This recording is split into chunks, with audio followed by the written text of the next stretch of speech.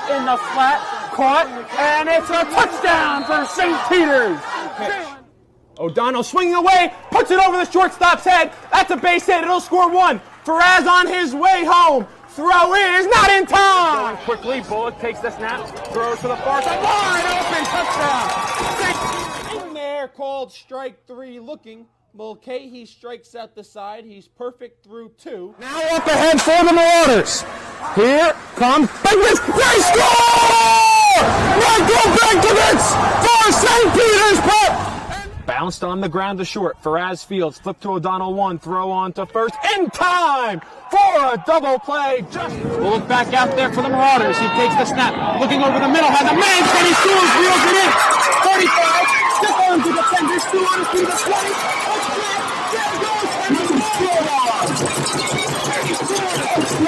Once again.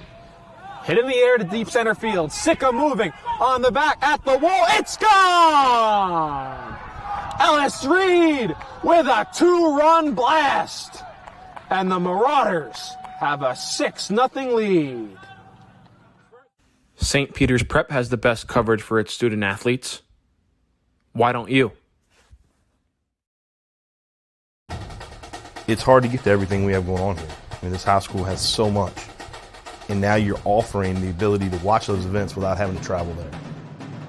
My dad travels a lot, so he likes to watch the events. Like if I'm playing a volleyball game and he can't make it, he'll watch it and he loves it. I think it was homecoming. It was Friday night, and it was a punt return. And I returned it all the way back for a touchdown. And then, of course, I showed all my family members, and they really liked it. They liked to see what their family members can do. Golden Lions. I think this broadcast is essential because our team is global, and we got people all over the world going to watch the game. So without this, there's no way they can do that. These kids and these players feel loved, they feel important, and by broadcasting it, you have a bigger group that you're reaching that allows them to know those kids.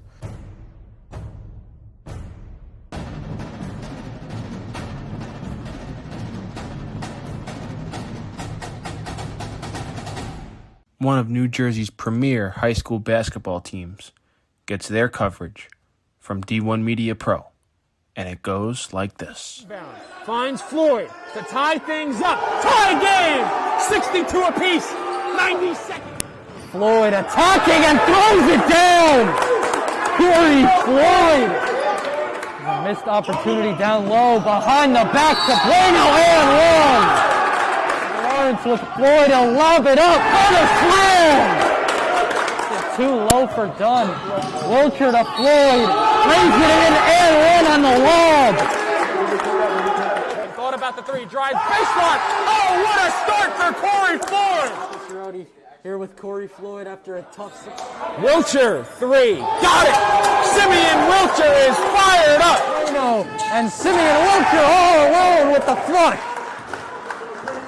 Here with Simeon Wilcher. And a pass taken away by Marshall. And he'll throw it down. Tosses it ahead to Valencia. Sering driving and throws it down. He can't get around and a turnover. Corey Floyd has it. Step through, lay in, through the basket.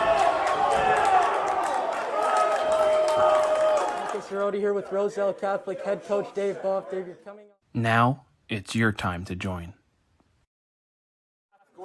Screen pass out in the flat, caught, and it's a touchdown for St. Peter's.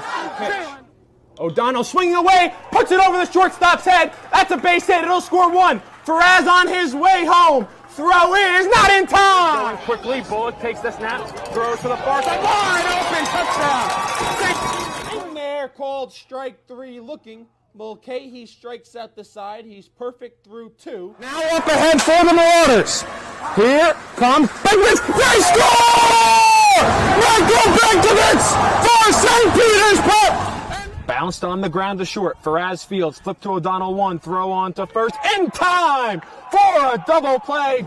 We'll look back out there for the Marauders. He takes the snap, looking over the middle, has a man, and he scores, reels it in.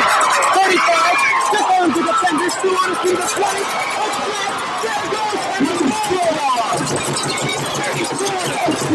Once again. Hit in the air to deep center field. Sicka moving on the back at the wall. It's gone! Pass Reed with a 2-run blast. And the Marauders have a 6-0 lead. St. Peter's Prep has the best coverage for its student athletes. Why don't you? It's hard to get to everything we have going on here. I mean, this high school has so much. And now you're offering the ability to watch those events without having to travel there. My dad travels a lot, so he likes to watch the events. Like if I'm playing a volleyball game and he can't make it, he'll watch it and he loves it. I think it was homecoming. It was Friday night, and it was a punt return. And I returned it all the way back for a touchdown. And then, of course, I showed all my family members, and they really liked it. They liked to see what their family members can do. Golden Lions. I think this broadcast is essential because our team is global and we got people all over the world going to watch the game. So without this, there's no way they can do that. These kids and these players feel loved, they feel important. And by broadcasting it, you have a bigger group that you're reaching that allows them to know those kids.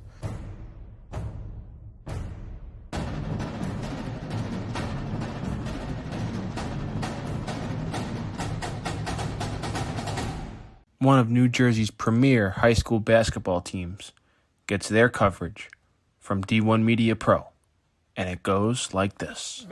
Finds Floyd to tie things up. Tie game! 62 apiece. 90 seconds. Floyd attacking and throws it down. Corey Floyd. A missed opportunity down low behind the back to Bueno and 1. Lorenz with Floyd, he'll lob it up on a slam. Too low for Dunn. Wilcher to Floyd, lays it in and 1 on the lob. Thought about the 3, drives baseline. Oh, what a start for Corey Floyd. Here with Corey Floyd after a tough Wilcher, 3, got it. Simeon Wilcher is fired up. And Simeon Wilcher all alone with the flush. Here with Simeon Wilcher. And a pass taken away by Marshall. And he'll throw it down. Tosses it ahead to Valencia. Serene driving and throws it down. He can't get around and a turnover. Corey Floyd.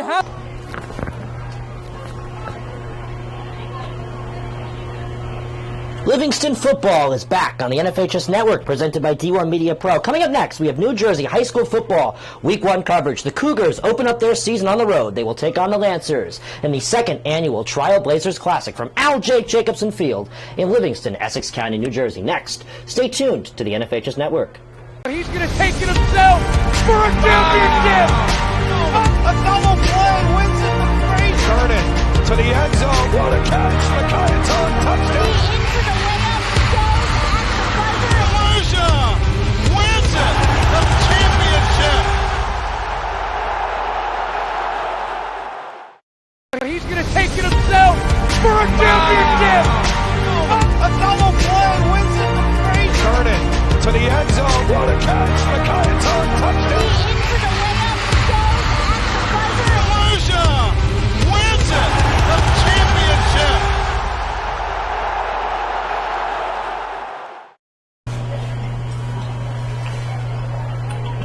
And a good early Thursday evening, everybody, and welcome to the D1 Media Pro page on the NFHS Network's production of NJ High School Football Week 1 for Livingston. They are bouncing off of a very tough loss versus the Colonials of Marstown here at the Jake.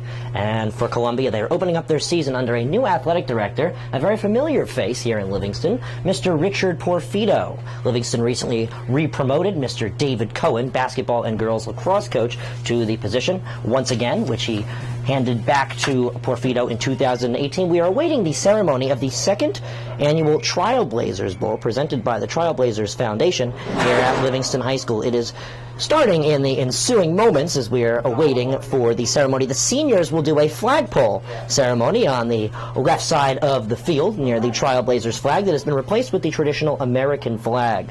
School is back in session for students of Livingston High School and soon for students of Columbia Regional. But as we're back into the New Jersey high school football season, Jacob, as I'd like to welcome you back into the broadcast, we are getting ready for a very exciting one between Columbia and Livingston. Livingston, a loss to bounce off of. Columbia, a .500 season to bounce off of. A lot to work off of. Yeah, these were two teams that had solid years last year. Livingston with their first playoff appearance in 2017, Columbia and a 500 record last year. They beat Livingston in their only matchup last season by only one score, though. It was a close one. A lot of graduates from both sides, so it's going to be a very different look for both teams. The Trailblazers Foundation is raising money for a very good friend of Livingston High School's community, Mr. Jake Kessler, who recently passed away due to cancer. This is a great ceremony with all great means to his family, and we are very excited to present that to you for the second time in the past 2 years, as last year there was a Trailblazers Bowl, as well as the Lancers unfortunately fell to West Orange on the harder side of things. We will have West Orange football tomorrow at Montclair State University. That is 2 games we will have presented to you. Jacob will have the play-by-play call for the first one. Passaic County Technical and Valley School will take on a very strong Union City program, which we've seen before. And then the second game is the marquee matchup between the Mounties of Montclair and the West Orange Mountaineers. 2 Essex County sides that we see Livingston take on quite often, as well as Columbia. So a lot to learn tomorrow for both Columbia and Livingston in those 2 games, and a lot to learn for us. Welcoming you back to the season. Week 2 of football, but the first official week. Almost every school that is planning on playing high school football this fall with a scheduled roster and a schedule to work off of will be getting going this week if they did not start in last week's unofficial week 1, as we call week 0. We saw a lot of great games, including the Del Barton-Seton Hall prep matchup, in which Seton Hall was able to take the 32-27 win at the Kelly Athletic Complex. Seton Hall Prep's home of all athletics that are outdoors. Jacob, we are so happy to be back here today, and we are awaiting the start of the 2nd annual Trailblazers Bowl. The Columbia Regional High School Cougars, the Livingston High School Lancers. That's coming up next. We're going to stay right here and give you the presentation of the 2nd annual Trailblazers Bowl, scheduled for a 6:15 start. We will get it going as soon as possible. Stay tuned, NFHS Network.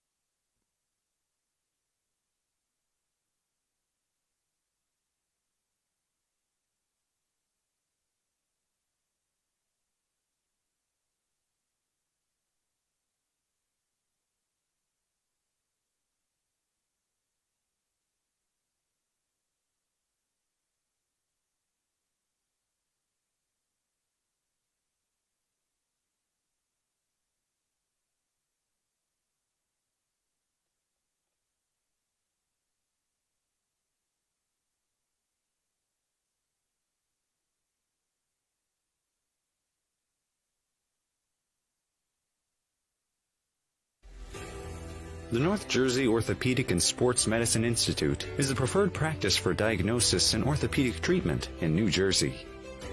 From the moment you become a patient in our practice, our experienced team supports you until your full recovery with education, compassion, and understanding.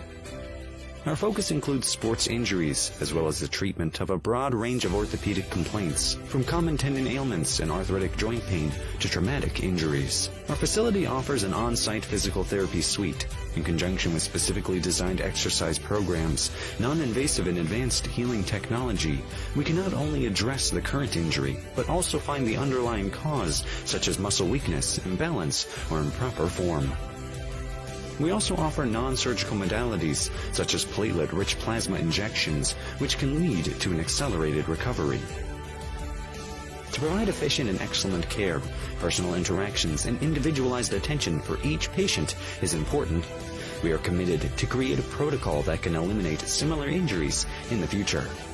At North Jersey Orthopedic and Sports Medicine Institute, we are dedicated to providing the highest standard of care and comfort of athletes, including patients with non-related sports injuries. Board-certified orthopedic surgeon and sports medicine specialist Dr. Michael Rusinella utilizes non-surgical... Memorial Field on the campus of Livingston High School for tonight's Super Football Conference Literacy Division game between the Columbia High School Cougars and your Livingston Lancers. The Cougars are led by head coach Gary Mobley, and Lancers coached by second-year man James Matsakis. Tonight is also the second annual Trailblazers Bowl game, featuring the Lancers and the Cougars. The teams will be battling out for the Trailblazers Championship Trophy, which will be awarded to the winning team at the conclusion of the game.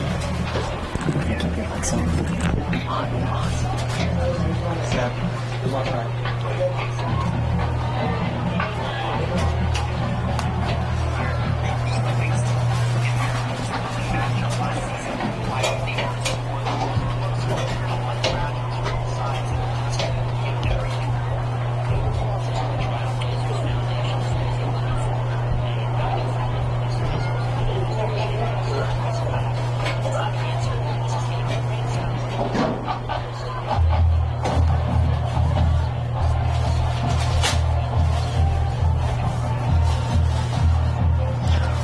We're awaiting the Lancers to come out on the Trailblazers side. Tackle cancer.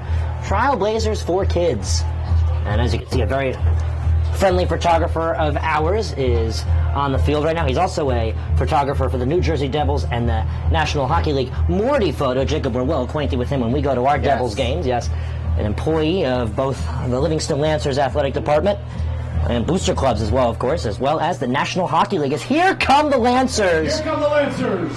Let's get the Trailblazers Bowl started, as the Lancers will be led onto the field by number 7, Aedan Ramos. Aedan Ramos, a very good friend of Mr. Jake Kessler, who is no longer with us today, and multiple flags coming out with us as well. America Strong, the American flag, as well as more. First day of school for the Livingston Lancers today. Both soccer is getting underway soon for Columbia, as well as field hockey. Field hockey getting ready to get going on Thursday, while both soccers are on Friday. Thank you to the coaches, administrators, students, parents, and fans for coming out to this special event.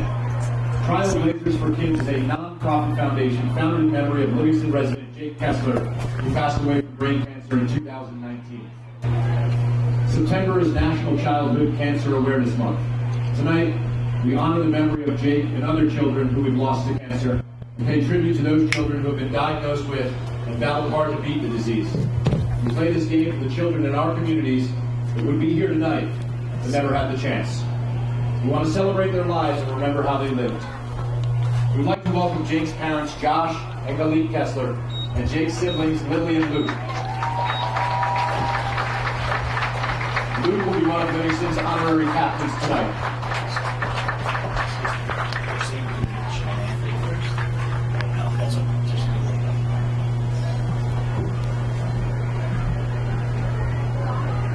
Ladies and gentlemen, please rise for the playing of our national anthem.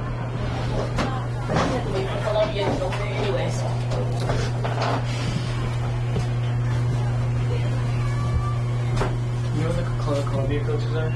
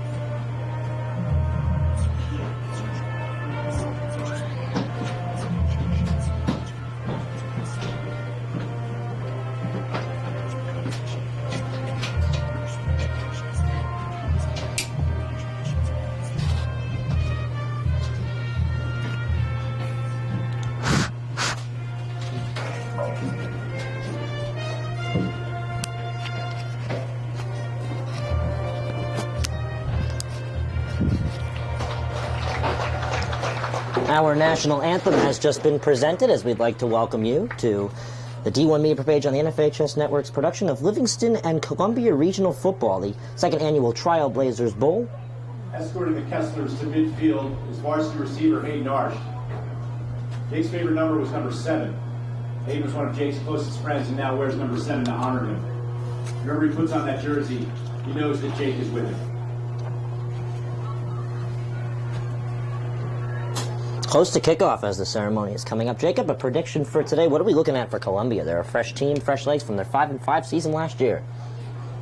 You know, I think, like I said earlier, they graduated a lot of important pieces. Still have a lot of good players on this team, though. Obviously, starting quarterback today is Terry Cuff. They got some great pieces on offense and defense. Zamir Rowan, Dylan Carthens, Steve Mimo, Yasan Fields, so many other fantastic options on both sides of the ball. Tonight we'd like to recognize two very special children who will be honorary team captains for the Lancers. Ty Weinglass and his family are escorted by varsity captains Danny Cullen and John Ferranti.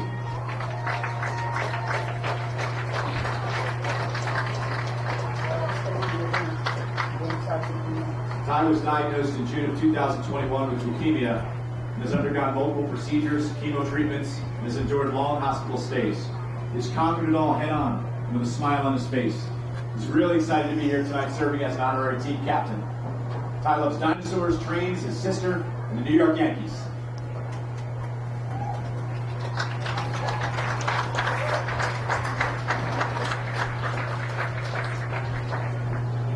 Drew Gassman and his family are escorted by varsity captains Derek Ford and Aaron Hauser.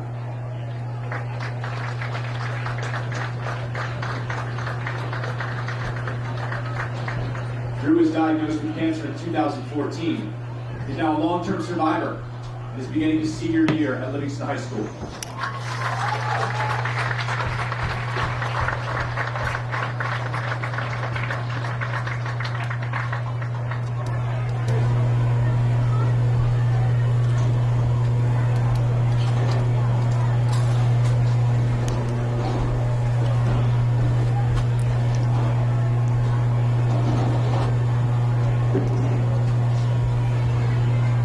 Lancer head coach James Matsakis will now present the trophies to our honorary captains. There's head coach Matt Sakis in his second season as head coach of the program. Former West Orange High School head coach. That position now held by Darnell Grant. Matt Sakis also a substitute teacher in the West Orange Schools District.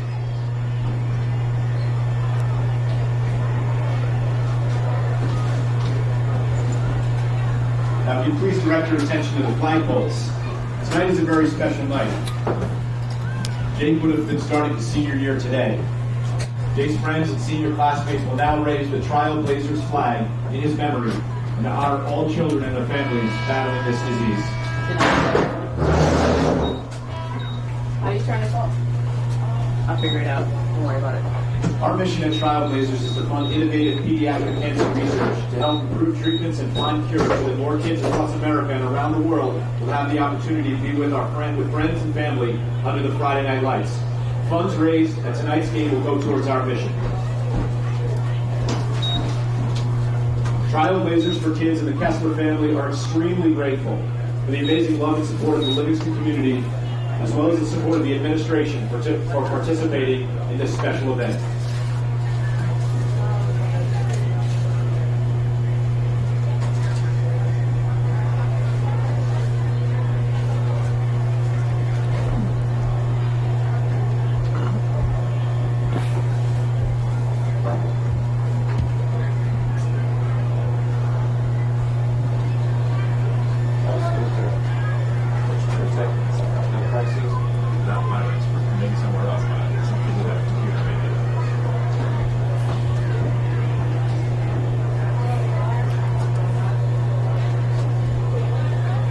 Thank you, Trailblazers, for all the support here this evening. How are you guys?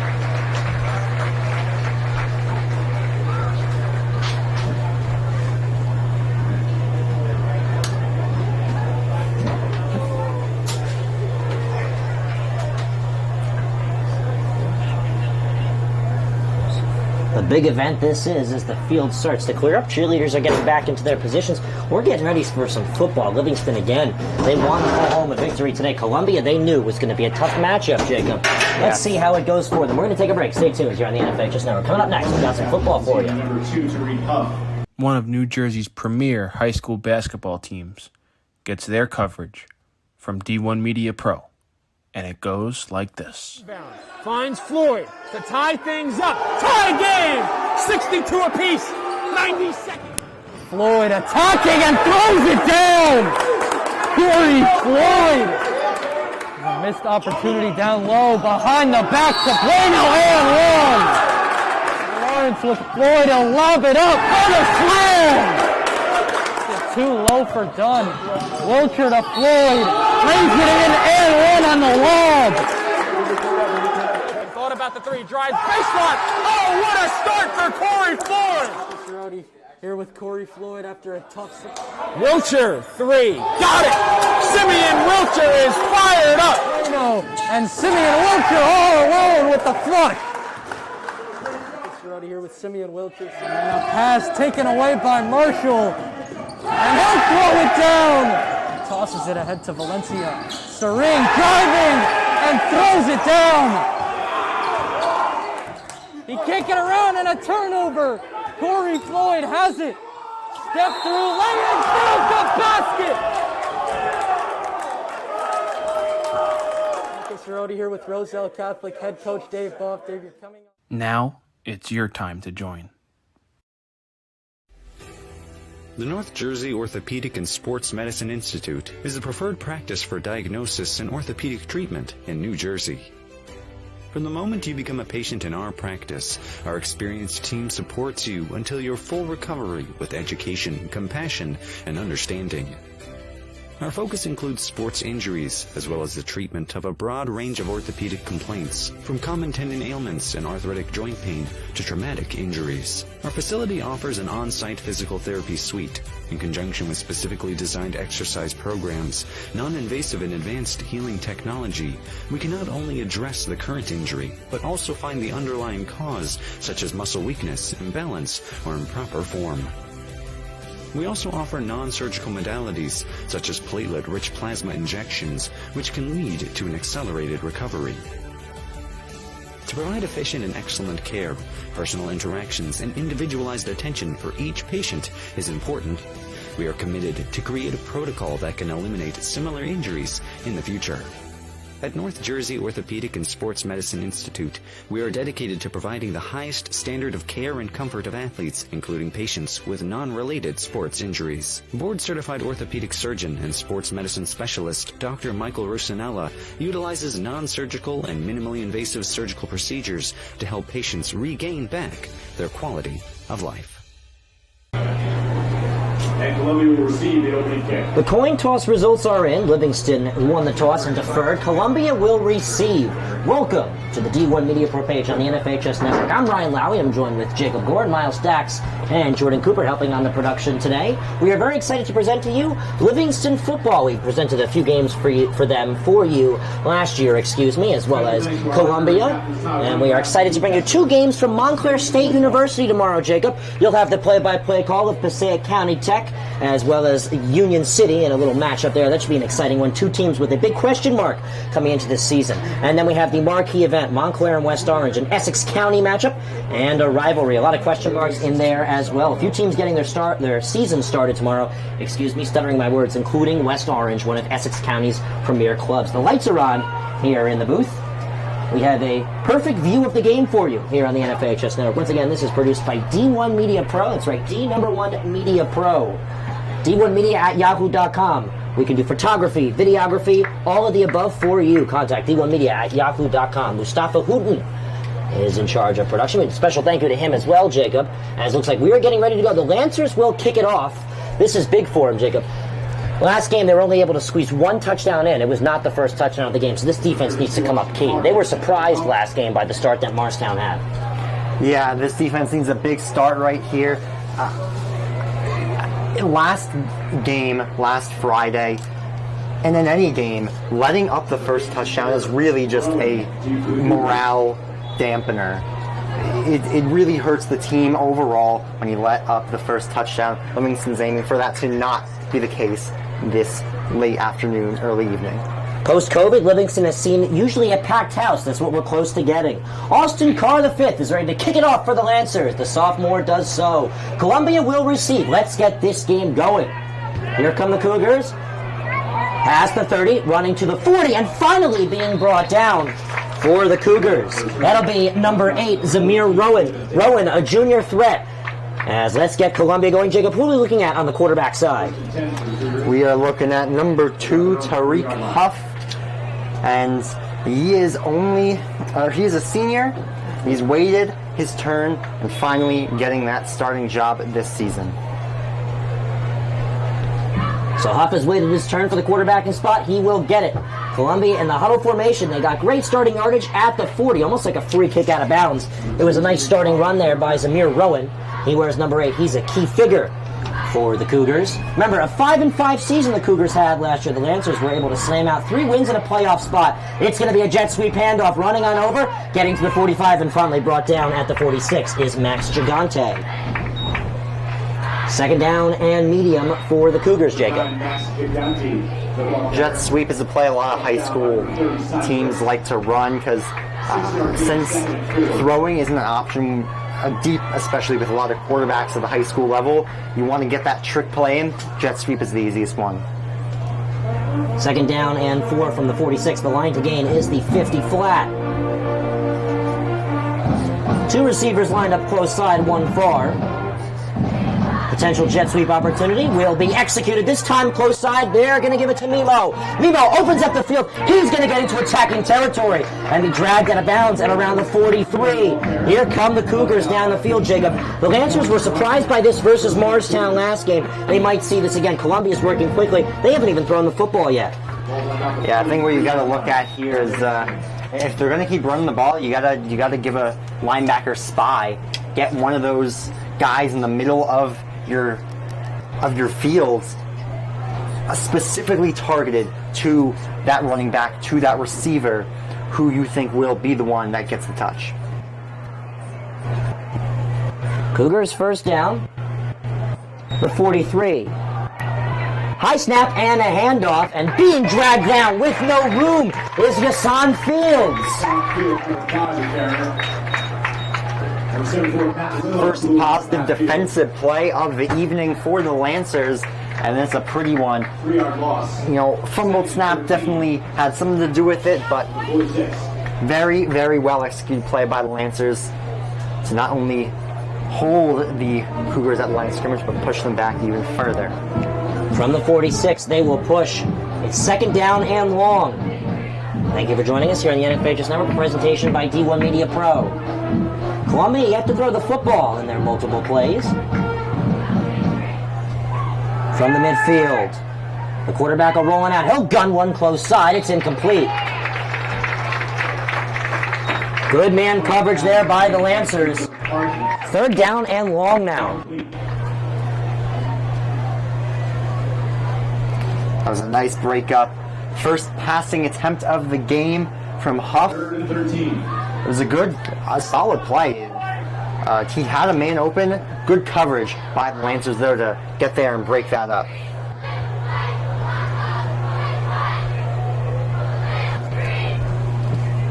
Third down and long. It is go for it territory for a public school in high school. Rowan from the gun. Excuse me, not Rowan. It's a high pass from Huff to Fields, and it's fourth down. And Columbia looks to bring out the special teams unit.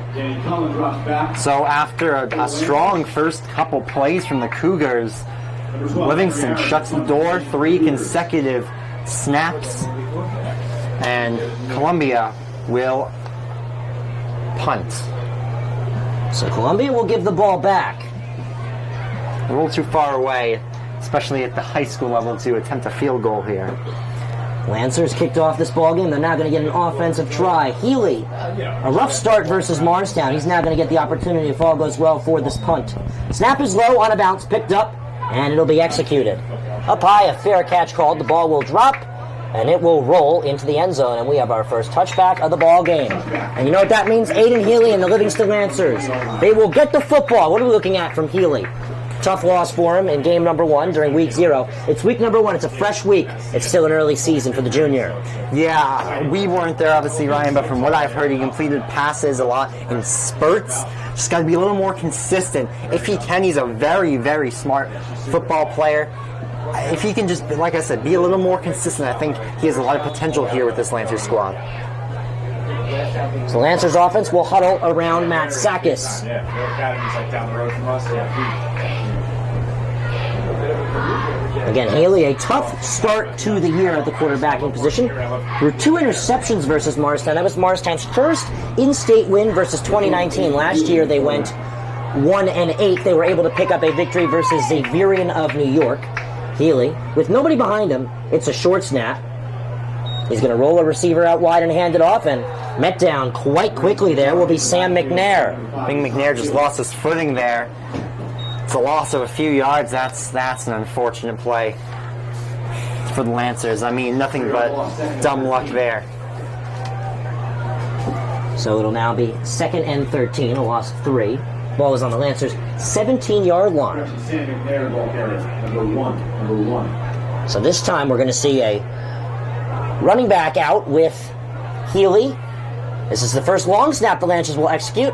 It's going to be a handoff, cutting on in and dragged down by about 3 for the Lancers is the running back number 20, Aedan Ramos, class of 2023 for the Lancers. So gaining some of that yardage back, about 2 yards gained, and it'll be 3rd down and 11. And Healy's probably going to have to try and throw the football now. Yeah, most definitely. I mean, unless you can really fool this Columbia defense, it's going to be tough to get a run for 11 yards. Healy will throw the football for the first time. He rolls on out and throws the football. It is well over the ensuing arms of Sam McNair. So a 3-and-out for the Lancers, and they will now set up to the football. So again, speaking on the punter side for the Lancers, Najjar started off week 0 punting the football, but his injury brought in a different punter. So we'll see what the Lancers set up with here, but it's a tough 3-and-out for Healy. He's 0 for 1 on the day. And number 11, Lorenz Najjar, will line up to punt the football from inside the 5-yard line for the Lancers. Columbia has dual returners. It's going to be Nemo and Rowan, 2 of the dangers for Columbia. So Najjar will take a high punt, catch it, and he will release it from the 4-yard line. It is high, not too far. It'll be laid on the ground, and it'll take a Columbia roll inside the 30 and be punched down at about the 34. So Columbia will now be back on offense with 8:36 left to go in the first quarter. They have even better yardage than they started off with during the game's kickoff, Jacob.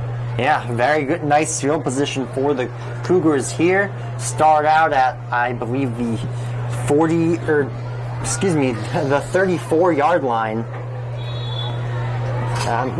Livingston did a nice job containing Columbia's offense on that last offensive drive from the Cougars. He's just going to do that again until that offense can pick up the momentum a little more. The senior 5'11" Tariq Huff quarterback will hand the ball off. Here comes Fields. Fields is able to propel himself for some extra yardage. Looks like they're going to give him the 31, so that's about 3 yards. Looked like he was going to be stopped around the line of scrimmage. It's a good effort. One thing we were worried about for Livingston coming into this game on Livingston's side of the football was that Columbia has always historically in these matchups come in bigger. Yeah, well, Livingston is a school that isn't, they're not necessarily known for producing large players, but they have made it work. Won a championship back in 07, 08. Made the playoffs last year. They've relied on talent, and it's worked. Those were the MetLife Stadium days. Here's a big run.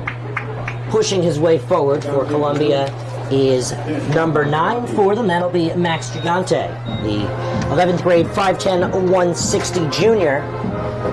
Livingston band gets their tunes underway. 7:35 left to go. 2 to go here on 3rd down for them. Columbia running the football. They're really just pushing themselves forward, and they're executing it quite well, too.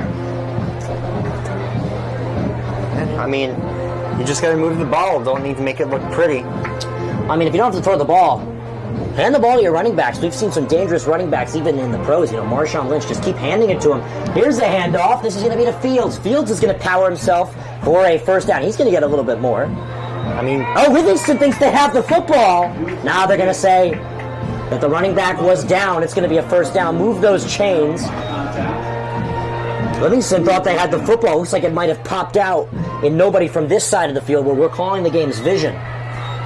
Yeah, from what I saw, it did come out, but after the running back hit the ground, which means it would remain Columbia's football. 1 knee down, no need to be touched in high school football, same as college. Big college football weekend. I'm really excited for Notre Dame's football game this weekend. Ohio State, Notre Dame, that's going to be a threat. Top 25 matchup. Oh, yeah. It's a fun one. Miscommunication. Akbar Holiday lines up close side. Huff takes the snap, and why not hand it off now to Henry Aaron? Aaron pushes forward. Put him inside the 20-yard line. Aaron spinning ahead for a few yards on Cullen for a miss. 6:20 left to go. We're about halfway through the opening quarter of football. Reminder, you want to tune in tomorrow. Montclair State University's finest Sprague Field Jacob, PCTI in Union City. You're going to be on the call for that one. I'll be joining you. Then you will be joining me from Montclair and West Orange. It's going to be a long Friday night. Kickoff scheduled for around 8:15 for West Orange and Montclair. That presented by Zone 6. So we're going to be out late. Not going to be much time to do too much after. Here's going to be a screen pass to Rowan. And Rowan will gain a few near the 10-yard line. Looks like they're going to place him down at the 12. 5:45 left to go. It's 3rd down and 1, Ryan, but the most important thing, even if Columbia can't convert here, is that they're in field goal range. And we're going to have our first penalty of the game. It is going to be a full start on Columbia. Going back to 2nd and 11. So now it'll be 2nd and 11.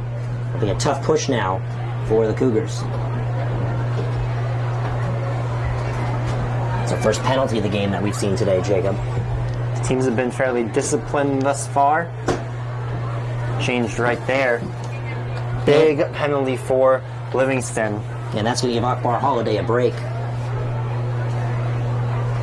Up from the shotgun, he's lined up with Aaron. It's going to be a screen pass, a wide receiver screen, as a matter of fact. Powering through is Mimo. Red zone football, he's going to be at the 7. It's a nice little wide receiver screen. We're not really seeing Columbia gun the ball down the field. No, they tried that twice, didn't work. They're playing what I call close football, which I think everyone would call it. That's pretty basic. Yeah. But it's a smart type of play because Columbia, as I said, always presents themselves as bigger than the Lancers. Last year, just barely got away with it. They beat Livingston 29-24 in Week 2 of the season. Touchdowns in the first half from Dylan Carthens and 2 following from Zamir Rowan in the second half. A touchdown from Henry Stephen. And a fourth quarter safety punished the Lancers enough for a 5-point loss. From the shotgun, it's going to be yet another handoff. Inside the 5, still powering his way on through. Taken down and around the 2. And that's going to be Aaron on the carry. 2nd and goal. Columbia sneaking their way through. They want to get this football game started in their second possession. Livingston caught themselves some luck in the first position. Columbia trying to push themselves a little further, be a little bit more creative than the basic run and screen pass game, and now they're starting to see that they can work that with Livingston. Now, Jacob, this is something interesting you mentioned as well. You said that Livingston's what was predicted to be their easiest game on the schedule was versus Marstown, but they're really holding on. Well, this is the second possession they're taking on versus Columbia. Columbia would score, like necessarily in this play, at around the 4 or 3 minute in the ball game. So Livingston starting to work the ball a little bit better defensively. Here's a handoff and being taken down inside is Hassan Fields. But yes, as I was saying, Jacob, that defense really did click about 2 or 3 plays into the first possession. Yeah, it took a couple plays. They got him eventually. I think they need to hope for some more passes from Columbia because they cannot contain this run game right now. Well, the running game is dangerous. We're seeing Henry Aaron take most of the runs. He's a viable quarterback as well. He's also a junior 5'9", 170 athlete.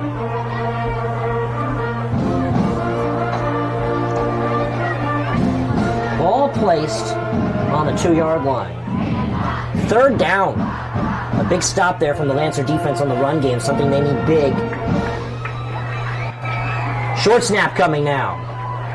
It's going to be a fullback handoff, and looks like met down at the line. We're going to wait for the call. They gave it to Rowan. He's short, Jacob. It's 4th down. That's huge for the Lancers. Now we will see, will the Cougars take the guaranteed points, or they're going to go for it? I don't know about you, but I would go for this one. A yard to gain? I mean, what are you giving up to Livingston? They weren't even able to throw the football in the first possession. Yeah, I mean, I would go for it personally. It's 4th down and 1. Calling the shots for Columbia's offense is Gary J. Mobley. 4th down football, an inch to gain. Maybe they sneak Tariq Huff in himself. And he's going to sneak into the short snap. A fullback and a halfback lined up behind him. Whistles come in and... timeout from the Lancers. Yep, Livingston will now call the first timeout of the ball game. We're going to take a quick break. Stay tuned on the NFHS Network. Screen pass, out in the flat, caught, and it's a touchdown for St. Peter's. O'Donnell swinging away, puts it over the shortstop's head. That's a base hit. It'll score 1. Faraz on his way home. Throw is not in time. Going quickly, Bullock takes the snap, throws to the far side, wide open, touchdown. McNair called strike 3 looking. Mulcahy strikes out the side. He's perfect through 2. Now up ahead for the Marauders. Here comes Bengals. They score! Michael Benkovich for St. Peter's Pep.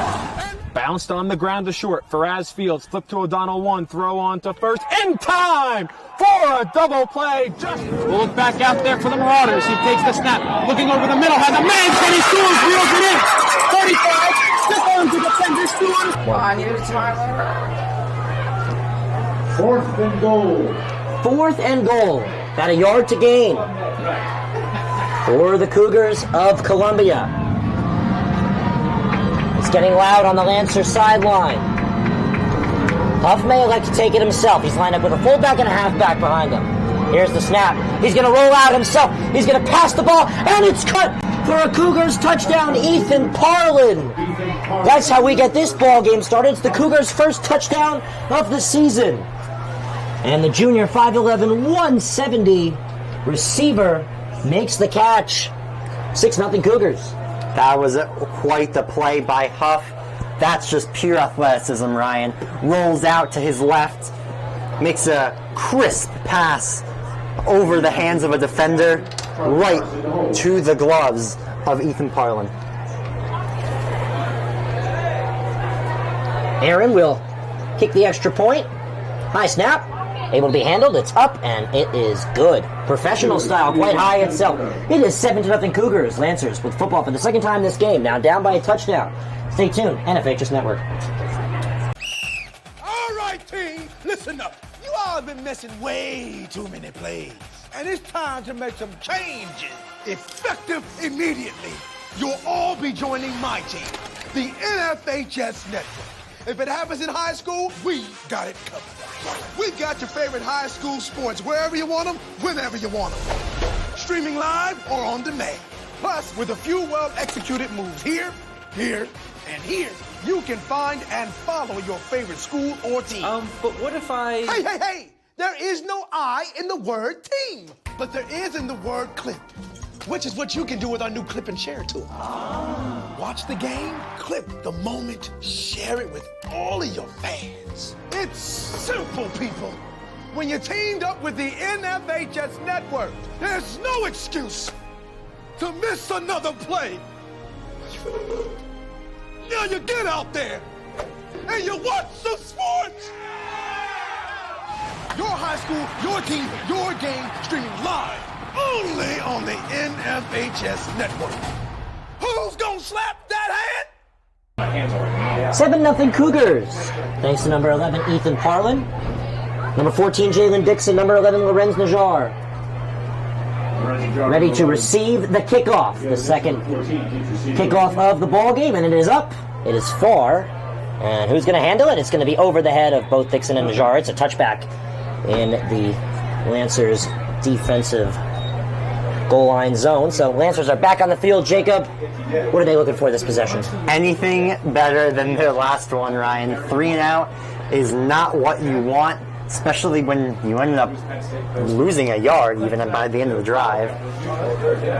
Even if they can get a first down, I think you just got to build on your last drive somewhat. Again, the worry for Livingston was the sheer size of Columbia. Also, the fact that Livingston elected to use week 0 and they couldn't pull out. It was a game versus Marstown. And Columbia, fresh legs, fresh season for them. 8-game regular season. And again, we were able to ask a member of the coaching staff what their toughest game of the season was. He said quite simply, we'll take it one game at a time. Gilly wants to throw on the short snap. He guns one down the field, incomplete. And flags stay in the pockets. 2nd down and 10. Right idea there, Ryan. You can tell he has the smarts, just overthrew McNair a little bit on the route right up the middle of the field. So it's 2nd down and 10. Looks like the Lancers maybe wanted to work off of a jet sweep with Najjar. This play is going to result in minimal yardage as well. It'll be 3rd down. Looks like they'll give him 2. Cullen on the reception. So Danny Cullen on the first reception for the Lancers. Healy moves to 1 for 3 on the day. Healy just getting those jitters out of the way here early on in the season.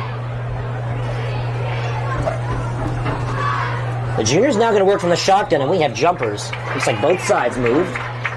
Waiting on the call. Should be offsides. Hey.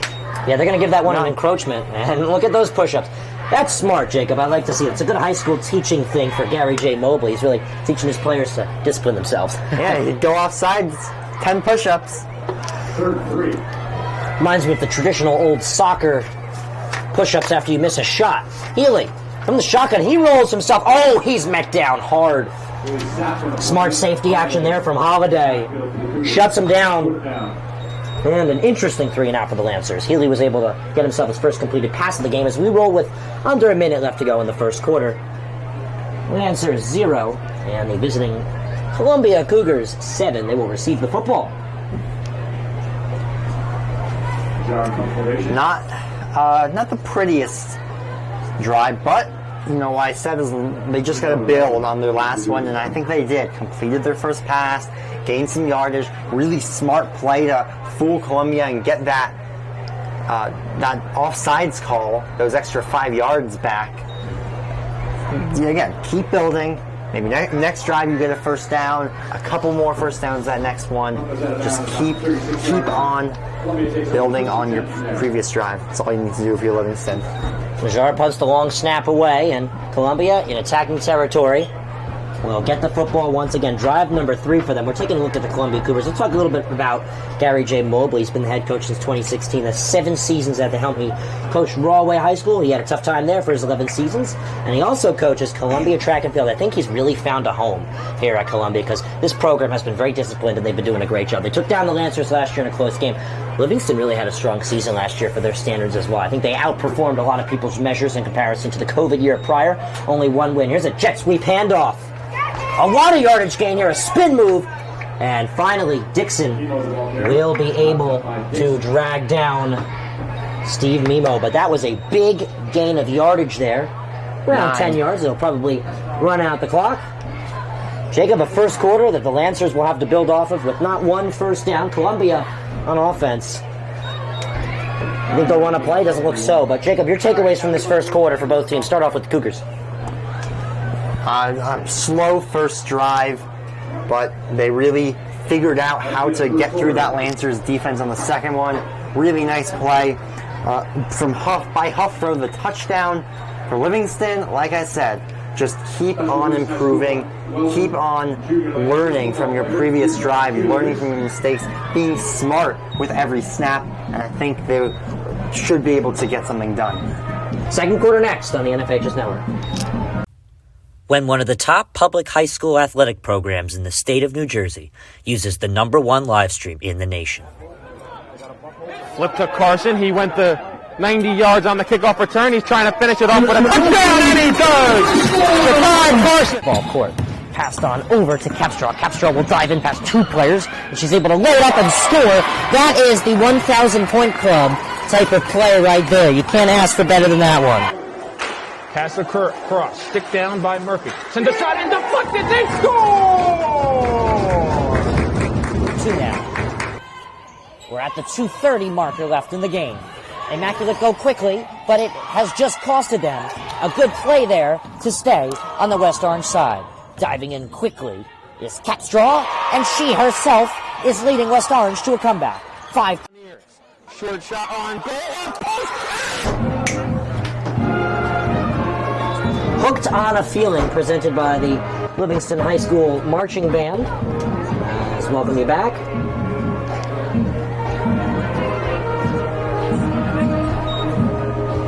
Second quarter, here we go. Gun down the field. And the pass is incomplete. Zamir Rowan, the intended receiver. Jacob, welcome you back. 6 seconds into the quarter. As you were saying, Livingston still yet to gain a first down. Columbia, a touchdown to work with today coming from number 11, Ethan Parlin. Third down and short. Say they run the football here? I think they can afford to. I think even if they don't complete on the third down. They're deep enough into Livingston territory that they can go for it on fourth down as well. Up from the shotgun, working with the fullback to his left, a halfback behind him. Third down and short. A repositioning call to Max Gigante. And the snap, it's going to be a handoff, rolling on through, getting a first down, plus more. Aedan Fields. And the junior is able to push the chains. Special thank you to the Columbia administration, Jacob. Very special thanks to Superintendent Dr. Ronald G. Taylor, Principal Mr. Frank Sanchez, Director of Athletics Mr. Richard Porfido, former Livingston Athletic Director. Special shout out to him, former good friend here from when he was his time in Livingston. Head Coach Gary J. Mobley, and he has been their head coach for 7 seasons now, since 2016. Crazy to think of 2016. It's been 7 years. It's been a long time ago. Running out of space, getting the ball down the field. It's caught for a first down, pushing himself into the red zone. Max Gigante. Really nice play by Huff, rolling out of the pocket to his right, being patient. Good work by his O-line and finding the receiver in Max Gigante. From the 5 flat, Columbia looking to potentially double their lead from 7 to 14. That would be a 2-touchdown, 2-possession lead over the Lancers. So Huff now from the shotgun. He's working with a running back in Aedan Fields to his left. Potential jet sweep is handed off, cutting on in to about the 3, pushing for extra yardage on the release is Zamir Rowan. The receiver's handoff action. The jet sweep working for the Cougars. Yeah, they've been able to get good yards off that play. That one not quite as successful as their other one. Still, 7 yards, nice pickup. And they are well into the red zone inside the 5-yard line. Off topic, Jacob, impressed with the crowd today. Again, Livingston really starting to show attendance recently. I think it was post-COVID where this place really started to fill up. Second and goal. Oh, most definitely. Second down and goal. Huff rolls on out his pass, just a little bit too strong to Gigante. That was a nice route, Ryan. Just a little overthrown by Huff. Now that's a Brandon Kenny kind of play right there. Kenny specialized in the running throw. Yeah, Mahomes-esque style football he played. Yeah, I mean it's hard to make that play rolling out of the pocket and making that throw on the run.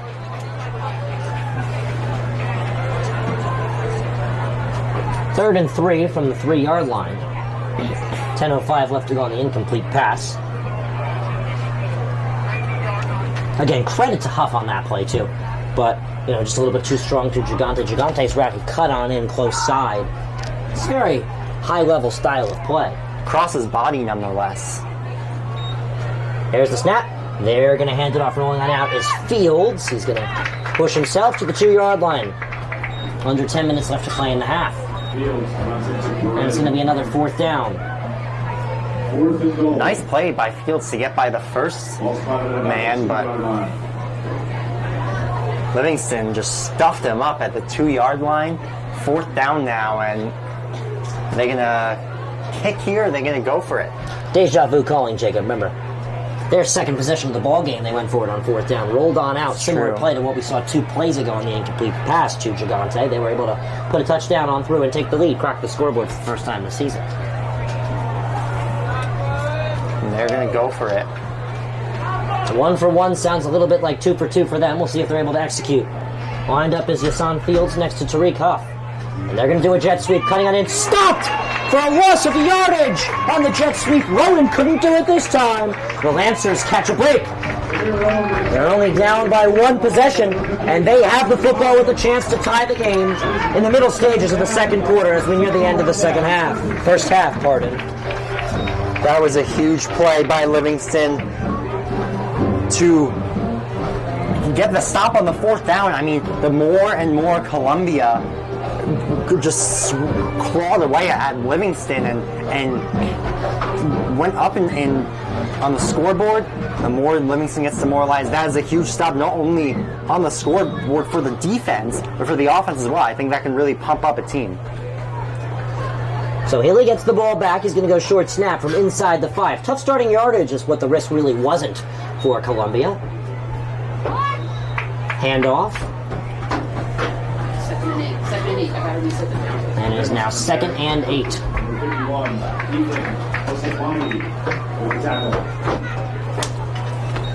Again, that was Columbia's not so tough part of the risk they just took there that they wanted to go 2 for 2 for. They really didn't give up good yardage. Livingston struggling to get first downs this ball game. Look at where they're starting. If they're going to end up having to punt that football, Columbia's going to get it right back in good position. Oh, yeah. Of course, I mean, that's why you go for it that. Healy with the handoff. Here's a big gain of yardage, chugging his way on through, getting the first down for the Lancers. Aedan Ramos taking the running back helm this year and doing the job. First down. Good power there on that play by Ramos. Just chugging on through this Columbia defense. For, like you said, first down of the game for the Lancers. I've been saying this whole game thus far, keep on growing and improving on each drive. That's huge. Here's another handoff. Ramos going for more, sheds off a tackle. He's finally taken down. That's going to be a good effort right there. Looks to be from Gigante on the tackle. Or no, pardon me, looks like number 8, Zamir Rowan. Under 8 minutes left to go in the second quarter.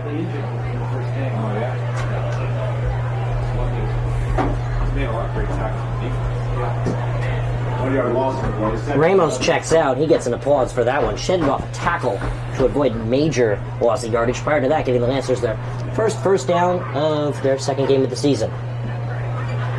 Quick pitch. Out far. Cutting on over is Najjar.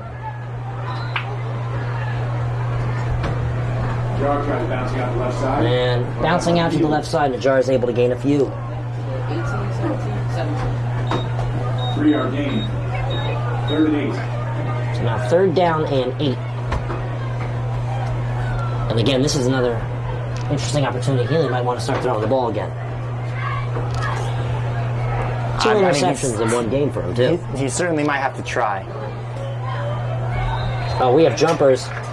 Jacob, I think it's time we start watching some push-ups be done by DJ Raisin. And yep, there he goes.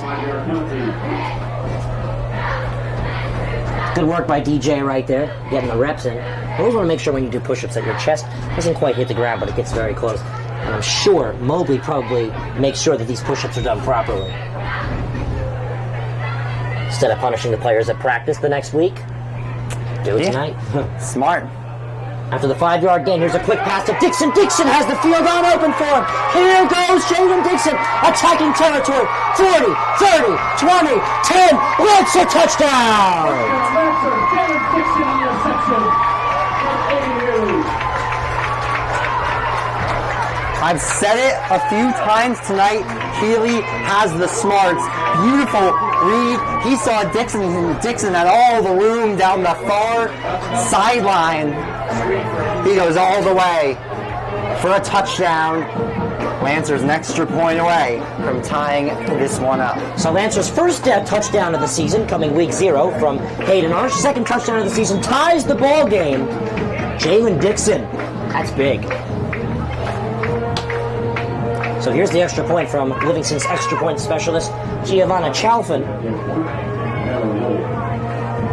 And the kick is up. It fits through the uprights. We have a tie ball game, folks. When we come back, a little pressure on for Columbia. Stay tuned, NFHS Network. Martin drops back, looks left, throws left. Pass complete.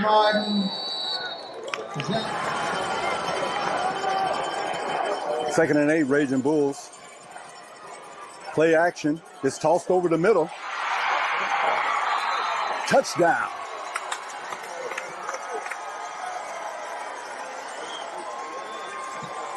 It's in, crowding the line of scrimmage. Man comes in motion. Minucci turns around, hands to Heath. He's got a first down, a lot more. There goes Ronnie Heath. He's off to the races. 20, 15, 10, 5. Touchdown, Don Bosco.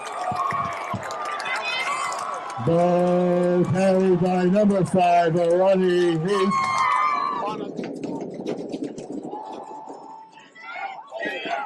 And he's still running. He's running. He's still looking. Oh, it's a beautiful pass, though. Touchdown. Healy to Dixon, second touchdown of the season. So Aedan Ramos is now joined by Jaylen Dixon. 2 seniors, 2 touchdowns. For the Lancers. Tie ball game once again. We start from the beginning, folks, with 6:33 left to go. This kick is going to be picked up inside the 5 from Rowan. He's going to have to work for it back. He's going to be able to. He's past the 30. He's shuffled on down to the 36.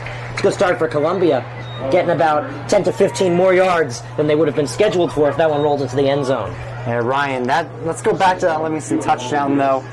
The smarts, obviously, from Healy there to find Ramos, and the great passing ability,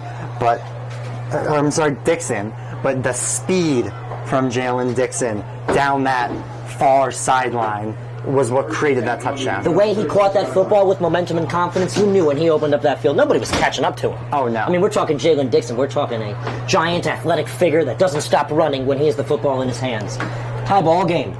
Chalfin executes the tie with the extra point, and Columbia, who gave up the ball at their own 2-yard line going for it, is going to have to work for it back. Rolling himself and opening up the field is Huff. Huff's on the race. Dixon's near him.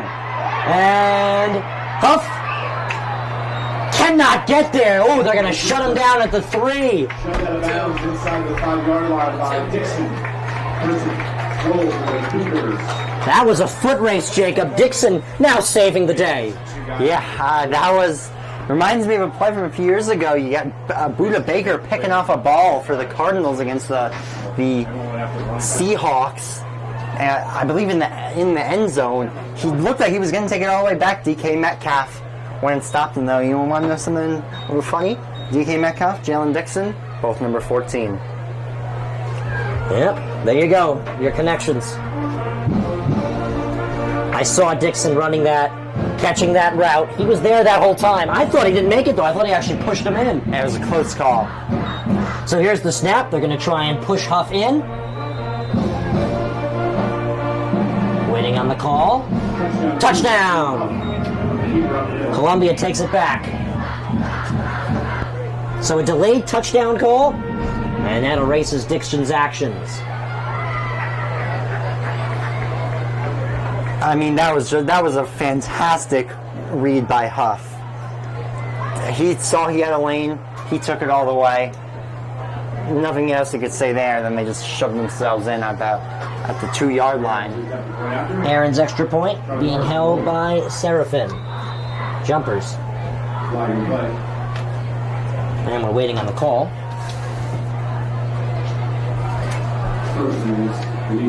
And Livingston touched the lineman. So Dixon with the big touchdown for the Lancers. It gets erased real quickly, Jacob. Almost immediately. Yeah, Columbia's response just brilliant. Dixon actually, we thought, almost saved a touchdown.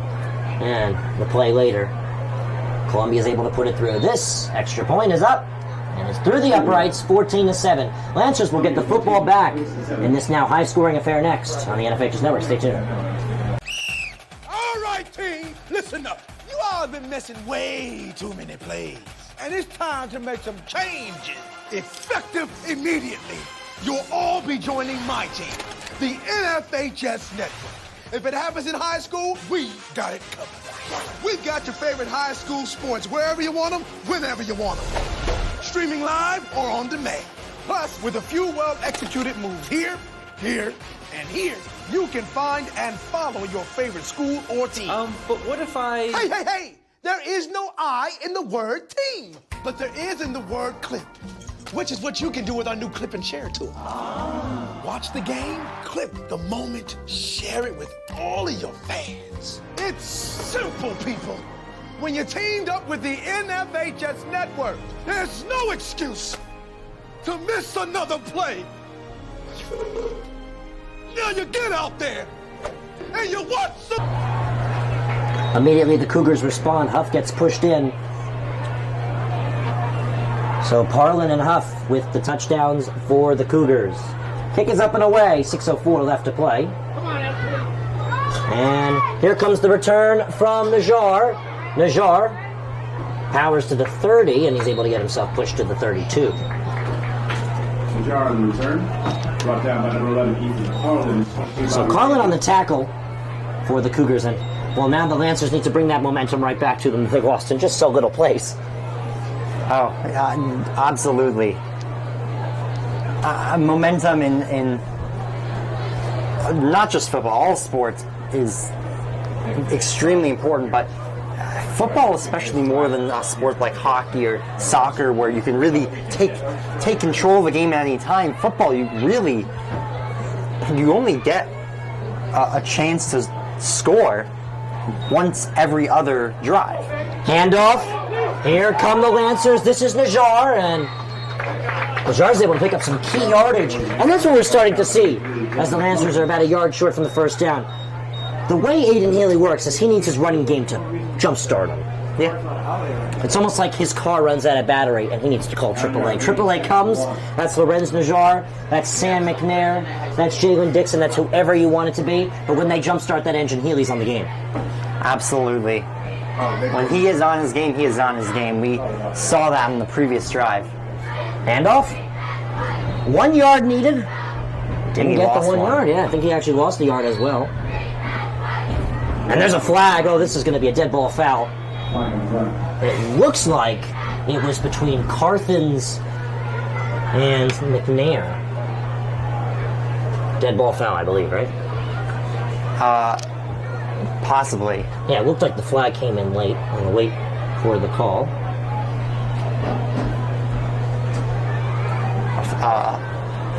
A referee talking to the lead official. See what the call is. And that's gonna be a first down. It's gonna be a penalty on. No, they're gonna offset. Offsetting calls. It's a tough break. So it's not gonna make a difference. Third or second down? So now it's gonna be second and short. Short snap now coming from Healy. He's got Ramos behind him this time. He's gonna wave over a far receiver, take the snap. Ramos will take the football. It looks like he's got himself a first down. A first down and more. Got an extra yard or two to tack on. Ryan, those offsetting penalties, they really did a huge favor for the Lancers. They undid what was a poor play on the handoff to Najjar. Not Najjar's fault at all. I mean, he was swallowed up immediately, but now Lancers opportunity, they have a first down. Holland checks in now for the running back position. He lines up close side next to Healy. Healy with the shotgun snap. He looks to throw. Guns one down the field. This pass almost intercepted through the hands of Rowan. Incomplete. The intended receiver, Sam McNair. Looked like it was intercepted for a moment as he just slipped through the hands. Yeah. He was actually slipping on the turf while trying to make the play. Lancers actually a couple players looking at playing football collegiately. That includes Danny Cullen. Spent some time with the training staff at Columbia University, not Columbia High School. Here's the snap. Gun down the field. The intended receiver is unable to make the play. Incomplete to McNair. Pass. That was a nice play from Healy, Ryan. He threw it a little behind McNair, which was the right call, but pass was just a little low. Third down and long for the Lancers.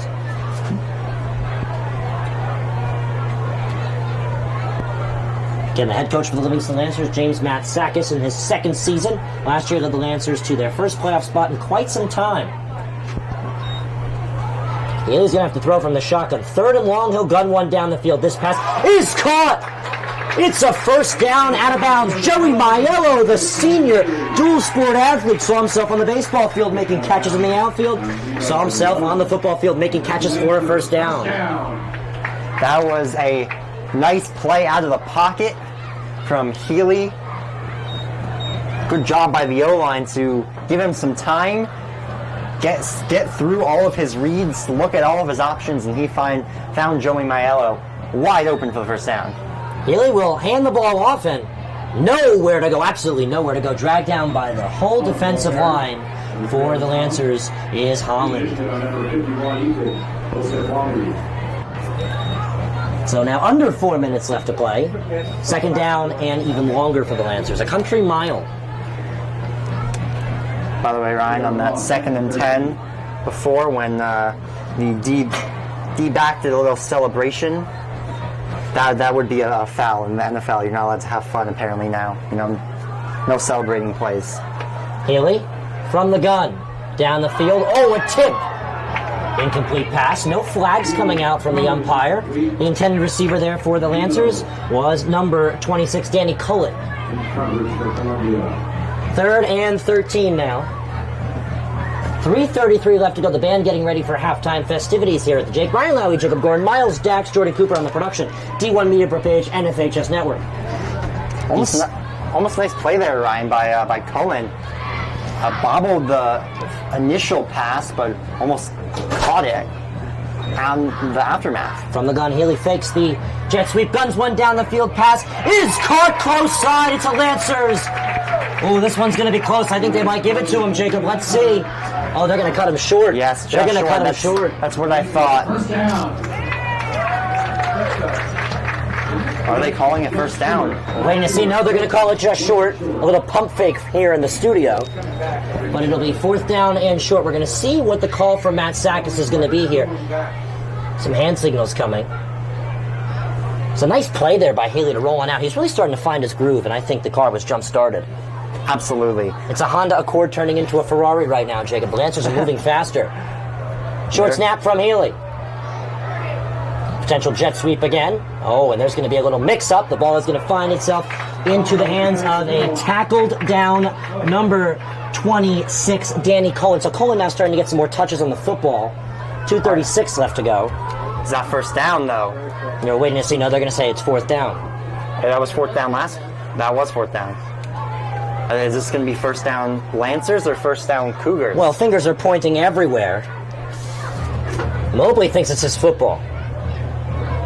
We're going to see what it is. Yeah, it looks like we're going to switch it up. Columbia's starting to walk off the field as if it's their football.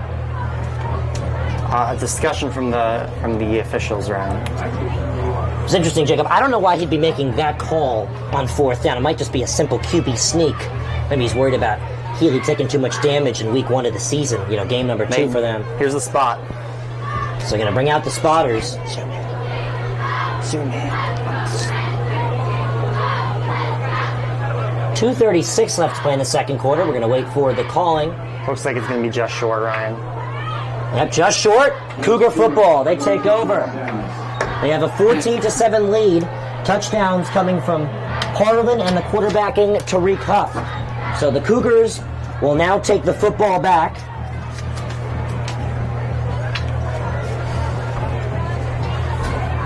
That's a tough break for the Lancers, Jacob. Looks like a little mix-up. They were trying to get tricky, but a little too picky.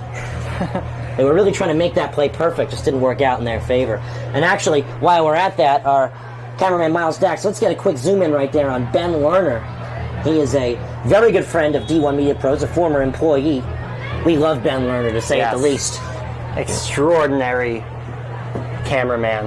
I mean, he's just a magician with his any camera. Yeah, he's working with his brother David Lerner. Cougar football. Again, a tough break for the Lancers. Again, those trick plays are tricky, but not when they're executed not as efficiently. Yes.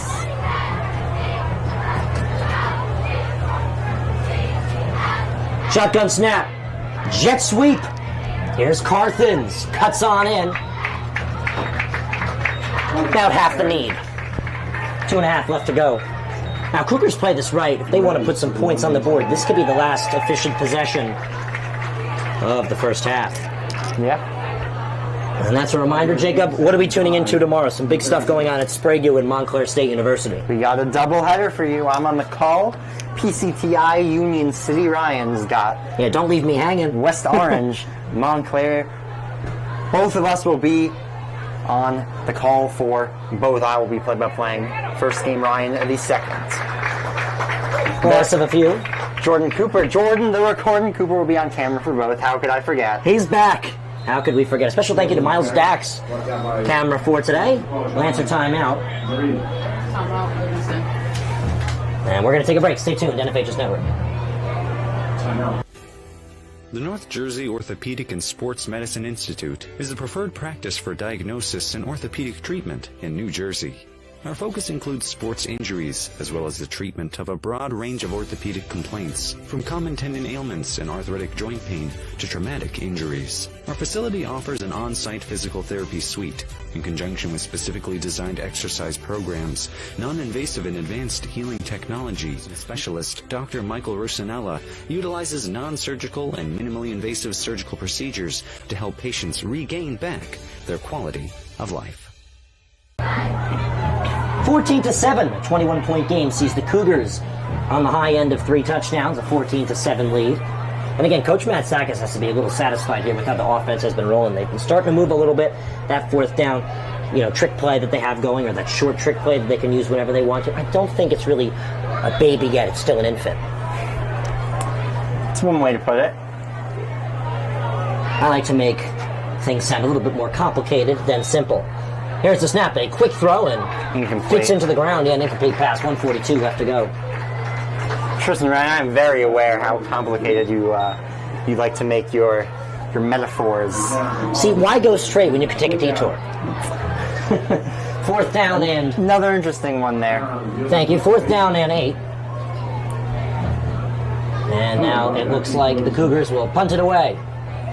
Livingston, they only got 1 timeout left with 1:42 to go, but it looks like they're going to have a chance to move this ball one more time. Jacob, we can't forget they've been playing sideline football with Healy's arm that's jump-starting itself, so maybe that 1 touchdown is all that they need. Punt is almost blocked, it's up and away. Attacking yardage coming, brought down at about the 48. So the Lancers are now on offense with 1:33 left to play here on the NFHS Network. And Jacob, this offensive play, good yardage for the Lancers, but they're going to probably start working towards the sides of the field. Oh, absolutely. I mean, you want to, with only 1 timeout, you got to save the clock. And the only way to do that besides 4 timeouts, going out of bounds. Cause for concern for the Lancers. Dixon slowly marching off with help from the sideline official, but I don't think it's too much to worry about. Yeah, it looks like he's actually lined up for the play, pardon me. Now, I once saw a trick play where there was actually 1 less man on the field. And the player that was faking going off injured actually went to the sideline, stayed on the field, was wide open for a touchdown. Let's hope that was the case then. Healy from the shotgun, nobody with him, he's going to throw the football. He's going to gun it down the field. His farthest throw of the day. The pass, oh, it's just a shy bit too strong. Oh, so close. The intended receiver was Aedan Ramos, the senior. Incomplete. Yeah, that was a rough one, Ryan. Just a little overthrown, but you can tell that Healy's really getting his arm going. He's had some decently long completions in this game, trying to go a little further than he's gone thus far tonight. See if he can complete a pass similar to that later in the game, perhaps. Now in the backfield again, so it looks like he's going to pass again. Healy will use the sideline to his advantage. It's caught by Cullen. Cullen is able to stay in bounds and gain yardage. He's almost at the 30. He's pushed out of bounds. Late flags coming in. This may be a late hit and a personal foul. The Lancers may tack on 15 more. Excellent play from Healy and Cullen. Healy with the ability to find him. Cullen there wide open on the near sideline, and a little shimmy to get those extra yards, and see how many more the Lancers will get on this flag. Cullen helped up by the athletic trainer, frustrated as he will shake it off. As most football players do.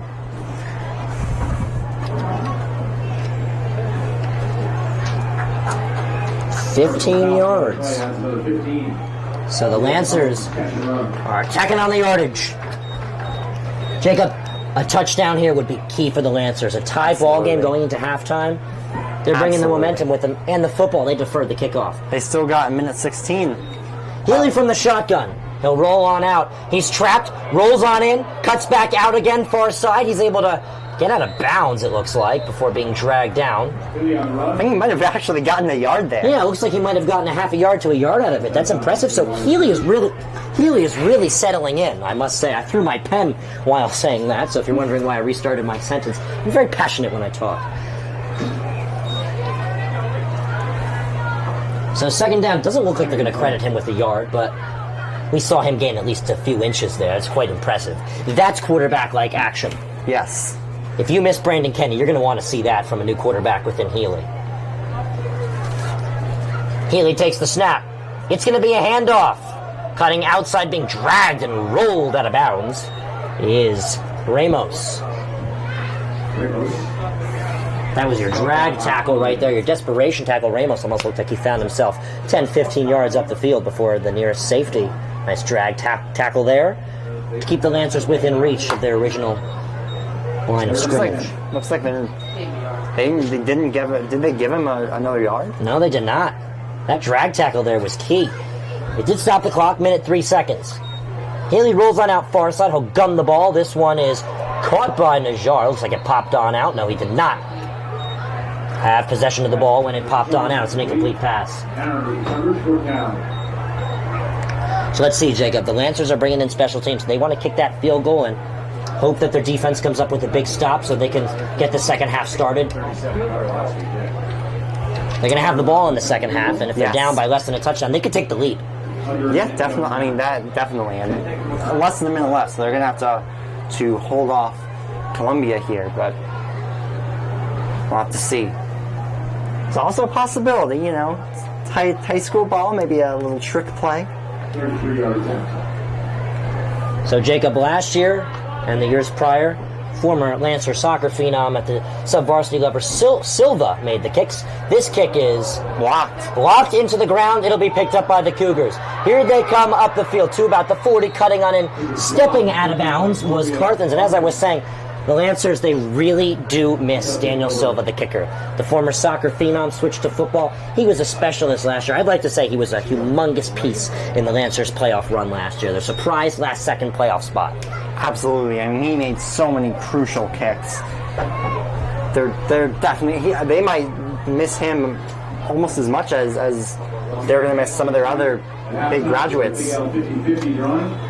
I think I was most impressed with Silva last year when he had those 3 field goals in the first half, or excuse me, the second half versus Milburn opened up the season last year. He separated a 2-possession game into a 3-possession game. He made it 14-23 in those 3 field goals. He was really key. He was almost like a stepping stone in the Lancers' offensive, pointers from the special teams unit.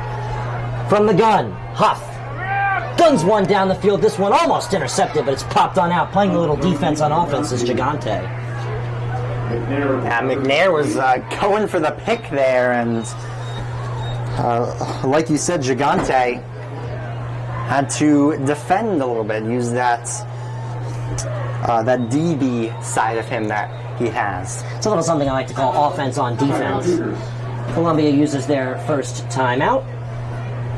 They will have 2 left. Livingston will have 1. We're going to take a timeout as well. Stay tuned. NFH's Network, 40 seconds left to play second quarter. You can see the future of the Duke and North Carolina rivalry on D1 Media Pro. There you see Hubert Davis, head coach of North Carolina, here to see Simeon Will. Looking live right there at a trio of Duke basketball coaches. John Shire, Nolan Smith, Emil Jefferson. Clock now at 12. Kicks it in the corner. Lively for 3. Got it. Derek Lively, a corner 3 in an early 9th quarter. As he'll look to go off the dribble here. Goes right around Lively, and he gets the roll. Inbounds to Wilcher. A step back, fade away through contact. Simeon Wilcher. He's out for Mbako. He'll try one from beyond. 14-7 Columbia, second quarter, 40 seconds left to go. Lancers, who deferred the toss, will receive in the second half. So key defense here would really bail them out. Well, equipment malfunction there. Screen pass outside. Cutting on in with space is Aaron. Aaron up the field. And did he find himself out of bounds? He did. It looks to be so. 31 seconds left to go in the half. It's first down attacking territory for the Cougars. Really nice play there by Aaron to just bully his way through for a ton of yardage. 31 seconds, first down and 10. Cougars up by a touchdown. They will defend to start the second half, so this is a very big possession for them. It could be a game changer here and set the tone for the second half to conclude the first half. Opportunity almost brought down, avoiding the tackle is Huff. Huff finds himself just short of the line of scrimmage. I think they'll call that a sack, but it was about half the damage we thought we would see. Good play on the blitz to get to Huff initially. Couldn't quite bring him down, but Ferrante able to get him on the second attempt. So now both teams have a timeout left. Columbia used their second. They will have one remaining. We're moving closer to those halftime festivities. The next 23 seconds of this game is crucial for both teams. If Columbia can even tack on a field goal here, that puts them up by 2 scores again, and Livingston can hold them off. They get the ball at half. They have a chance to tie this game right at the start of the next half. So Jacob, flashback to the beginning of the game. Remember how I told you we asked a member of the coaching staff for Columbia who their toughest opponent is going to be this season, and they said quite simply we're going to leave it week to week. I decided to do the research to find it out myself, and we're going to see this team tomorrow, Jacob, because tomorrow PCTI is going to take on Union City. Well, I believe they may be the toughest game the Cougars have. It's likely PCTI, last year's Section 1 Group 5 losers to Group 5 state champs East Orange, and the Irvington Blue Knights, who are the defending Group 4 state regional champs. So those are the 2 toughest games. It's going to be PCTI and Irvington. Lancers also have Irvington, so that's going to be a tough one. Coach Smoke, expecting a better season than last year, and that team was absolutely dominant. Brought down at the line of scrimmage for third down. Actually, Irvington's taking on Seton Hall Prep in a game you cannot miss next week. Oh, absolutely not. Now, I'm going to make a prediction. Kevin Connolly will likely be on the call. I would tune in. I think you should as well. I think everybody should. That's going to be quite the game. That's a timeout for Columbia. That's the last timeout. So Columbia will use their final timeout here on third down and long. Is this a heave opportunity? Do they trust their defense just in case this doesn't work out and there's still time on the clock? I think so. There's only 13 seconds. There's a possibility. I mean, I think Livingston is not going to aim for anything offensively. If they get the ball back in this half, they're just going to take the knee.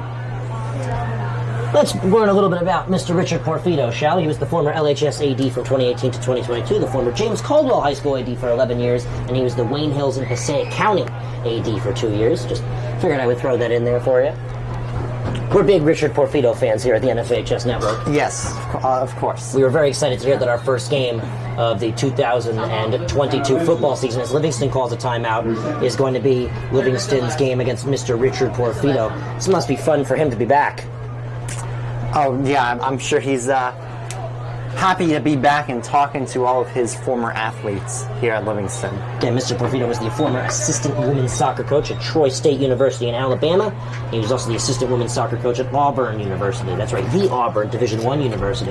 Soccer smarts right there. He was also the former assistant women's basketball coach at Bloomfield College. That's Division II athletics. And he was also the former Passaic Valley social studies teacher and head coach of girls soccer there, as well as boys track and field, as well as cross country and boys tennis. So coaching, playing, teaching, he's out there. Yeah, he's doing everything. Under 10 seconds left to go. Columbia will make a last-second heave, cutting on out and being dragged down is Rowan. 5 seconds left to play. They're going to scramble. They're going to try to get snapped. They want to get another play in, Jacob. I don't think they're going to be able to because that's the half. That's the half. That's a big break for the Lancers. Oh, yeah, absolutely. I mean, they got the first down, but didn't go out of bounds. That was what was most important there. Halftime. We're going to have a halftime report for you coming up soon, but we're going to go to break. D1 Media per page, NFHS Network. Stay tuned. Columbia 14, Livingston 7. Stay tuned. This is a production by D1 Media. You can see the future of the Duke and North Carolina rivalry on D1 Media Pro. There you see Hubert Davis, head coach of North Carolina, here to see Simeon Will. Looking live right there at a trio of Duke basketball coaches John Shire, Nolan Smith, Emil Jefferson. Clock now at 12. Kicks it in the corner. Lively for three. Got it. Derek Lively, a corner three in an early third quarter. Has a look to go off the dribble here. Goes right around Lively, and he gets the roll. Inbounds to Wilcher. A step back, fadeaway through contact. Simeon Wilcher. He's out for Mbako. He'll try one from beyond the arc. And Mackenzie Mbako is on fire to start this one.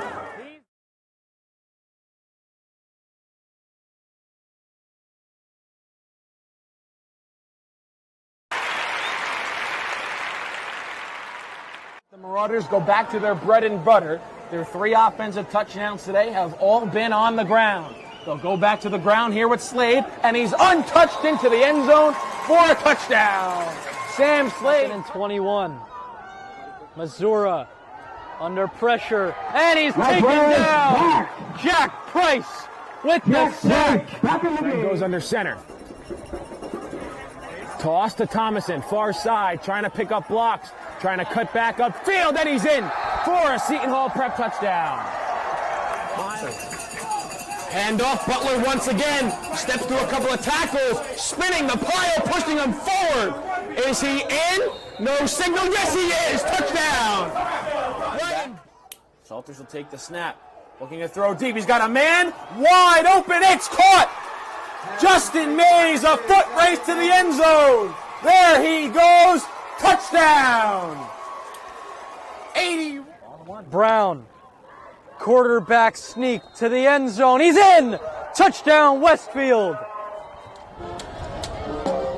Gordon, back to pass. Gonna throw a deep ball, far side. Caught. Touchdown. Nasir Addison.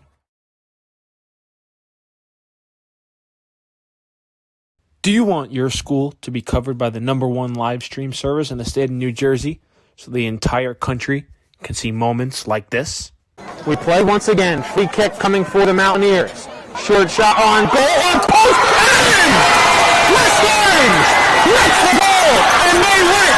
They take down the #2 ranked Seton Hall Pirates.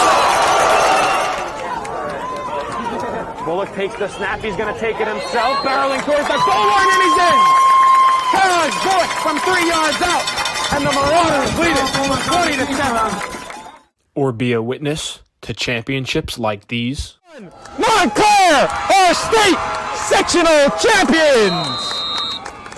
They defeat Livingston 4-1, and the Mounties sweep the boys and girls brackets in back-to-back wins over the Lancers. 3-2, there goes the runners. Swing on and miss, strike 3. That does it. The Cranford Cougars are the Last Dance World Series champions. Or have exclusive interviews with players and coaches. Maroon and Silver Star pitcher Teague Mulcahy. I'm here with Cranford star Ryan Jaros. We're with the Bergen Crusaders star of the game, Luis De La Cruz. Here with West Orange head coach Doug Nevins. And all right, now here with star goalkeeper Nikolai Matthews of this West Orange Mountaineer team. Nikolai. Here with Claire Manning after Montclair picks up a 4-1 win over Livingston. I'm here with Molly Brumback, the goalkeeper. Molly, what's Wilbers today like? Here with West Orange girls varsity coach Sean DeVore. Then join the D1 Media Pro team, New Jersey's #1 live streaming service. You can see the future of the Duke and North Carolina rivalry on D1 Media Pro. There you see Hubert Davis, head coach of North Carolina, here to see Simeon Will. Looking live right there at a trio of Duke basketball coaches John Shire, Nolan Smith, Emil Jefferson. Clock now at 12. Kicks it in the corner. Lively for 3. Got it. Derek Lively, a corner 3 in an early third quarter. Has a look to go off the dribble here. Goes right around Lively, and he gets the roll. Inbounds to Wilcher. A step back, fadeaway through contact. Simeon Wilcher. He's out for Mbako. He'll try one from beyond the arc. And Mackenzie Mbako is on fire to start this one.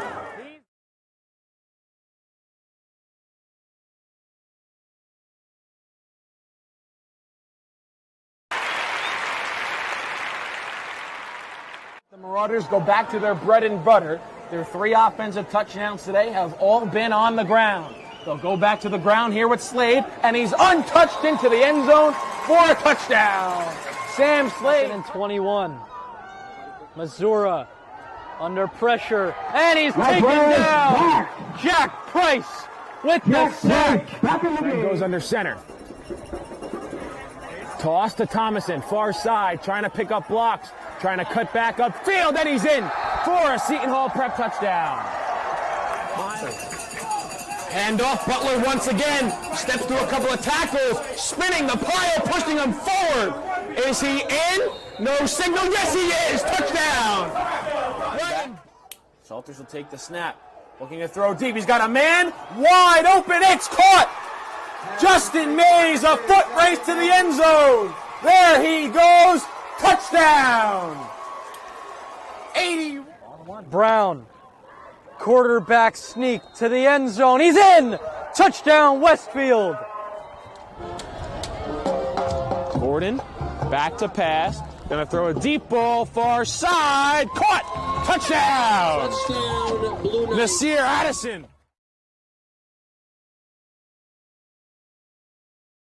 Do you want your school to be covered by the #1 live stream service in the state of New Jersey so the entire country can see moments like this?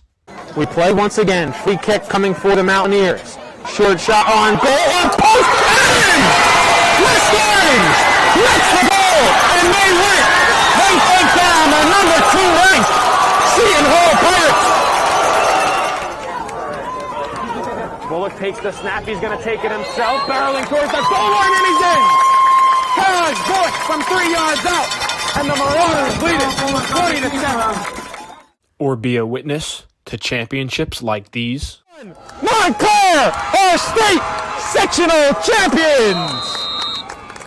They defeat Livingston 4-1, and the Mounties sweep the boys and girls brackets in back-to-back wins over the Lancers.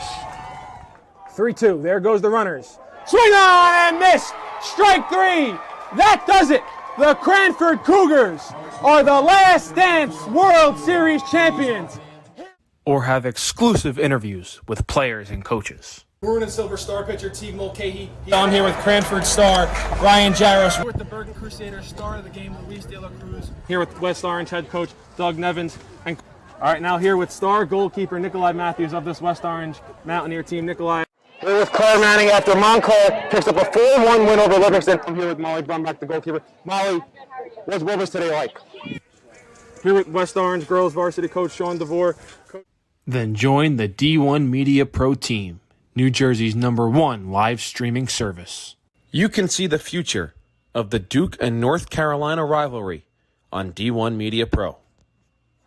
There you see Hubert Davis, head coach of North Carolina, here to see Simeon Wills. Looking live right there at a trio of Duke basketball coaches. John Shire, Nolan Smith, Emil Jefferson. Clock now at 12. Kicks it in the corner. Lively for 3. Got it. Derek Lively, a corner 3. And an early 3rd quarter. As he'll look to go off the dribble here. Goes right around Lively, and he gets the roll. Inbounds to Wiltshire. A step back, fade away through contact. Simeon Wiltshire. He's out for Mbako. He'll try one from beyond the arc. And Mackenzie Mbako is on fire to start this one.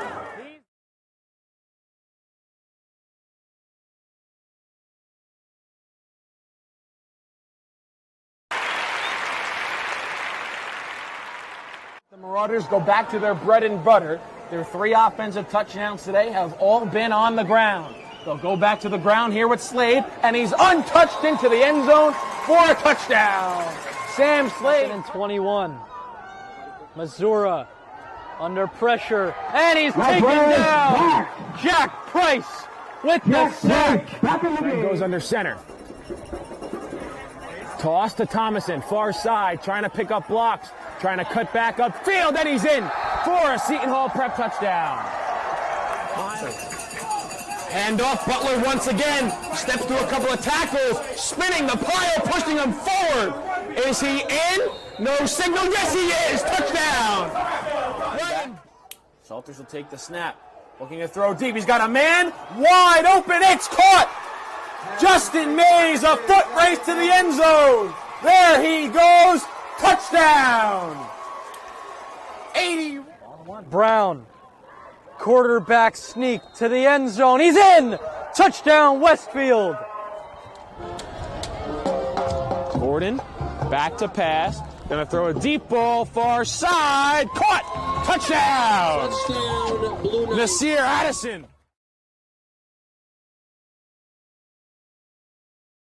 Do you want your school to be covered by the #1 live stream service in the state of New Jersey so the entire country can see moments like this? We play once again. Free kick coming for the Mountaineers. Short shot on goal. On post. And Livingston gets the goal, and they win. They take down the #2 ranked Seton Hall Pirates. Bullock takes the snap. He's going to take it himself. Barreling towards the goal line, and he's in. College Bullock from 3 yards out, and the Marauders lead it 20-7. Or be a witness to championships like these? Montclair are state sectional champions. They defeat Livingston 4-1, and the Mounties sweep the boys and girls brackets in back-to-back wins over the Lancers. 3-2. There goes the runners. Swing on and miss. Strike 3. That does it. The Cranford Cougars are the Last Dance World Series champions. Or have exclusive interviews with players and coaches. Maroon and Silver Star pitcher Teague Mulcahy. I'm here with Cranford star Ryan Jarros. We're with the Bergen Crusaders, star of the game, Luis De La Cruz. And a welcome into the press box of Al J. Jacobson Field, Livingston High School's main turf facility here in Livingston, Essex County, New Jersey. Ryan Lowy on the broadcast, Joe and Jacob Gordon today. Jordan Cooper and Miles Dax operating behind the scenes. So a big first half, which sees Columbia on the upside of things, a 14-7 lead over the Livingston Lancers. Jacob, your takeaways from the first half of action. Slow start for both sides, but Columbia picked it up a little more quickly than the Lancers, but especially that second quarter, I felt like the Lancers offense really found its footing and really started to move. A couple unfortunate plays, just short of the first down marker a few times, but again, keep on building, keep on improving. This is they had to change the system with a new quarterback in Aiden Healy, and he, again, like you said, struggled in the first game, picked up his footing in that second quarter in this second game. As for Columbia, I thought they played great all around. They really found their footing with their run game. Their pass game, so-so, but that's what to expect with any high school quarterback. We're talking about some players that have really stood out right now. I'm going to tell you mine's been Jaylen Dixon. Dixon's just been amazing. Absolutely. Him and Tariq Huff. What are your takes on that? I would say Huff has been probably the best player in this game so far. I think he's the reason why the Cougars are up by a score. There's no question about that. I mean, he created basically he created both touchdowns. He's the reason they scored both touchdowns. And then our third and final thing before we get back going to the game, Jacob, your prediction for the second half. I'm thinking we're going to see a little back and forth. I think Columbia may pull out with the ball game. They just seem to have more consistency to their streaks. Consistency to streaks, really. Yeah, I would agree with you there. I think the fact they pulled out on top early, I think will eventually give them the edge when the game comes to a close. So I do think it will be a very close one when everything's said and done. Columbia, I'm going to say they will come out on top, though. So, as you can see right now, we're going to go to break. Second half coming up next. Ryan Lowy, Jacob Gorin, Jordan Cooper, Miles Dax, D1 Media Pro Page, NFHS Network, Lancers, Cougars, Week 1 football, D1 Media Pro Page, NFHS Network.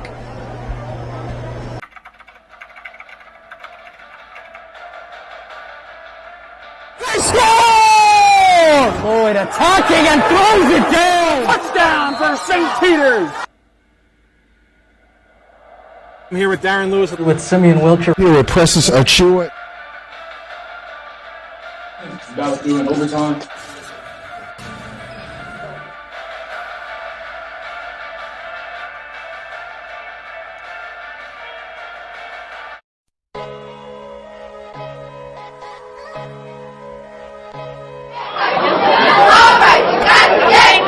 Hey, Understood.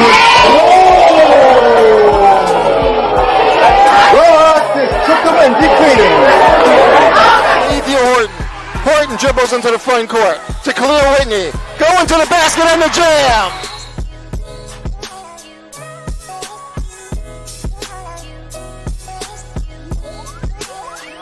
With them because they are getting resources from the city. They are getting resources, and they're arguing with us about the timeliness of those resources.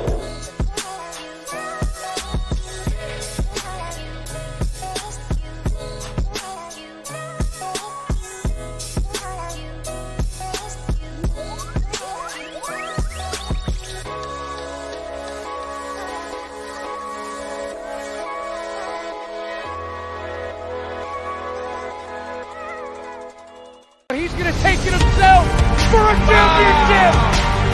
A double play wins it the Frazier. Turn it to the end zone. What a catch. McNair touchdown. Volusia wins it. The championship.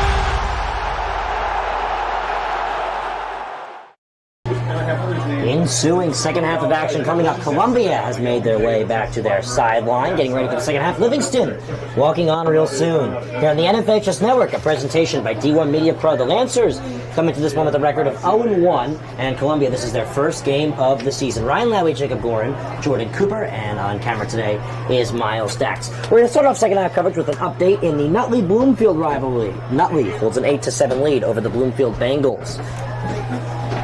Yeah, I mean, that's a huge rivalry. Seems like a very tight game. This one's tight too, though. You know, I think we've been seeing some good football all around the state tonight. You know, we have to hope for the same.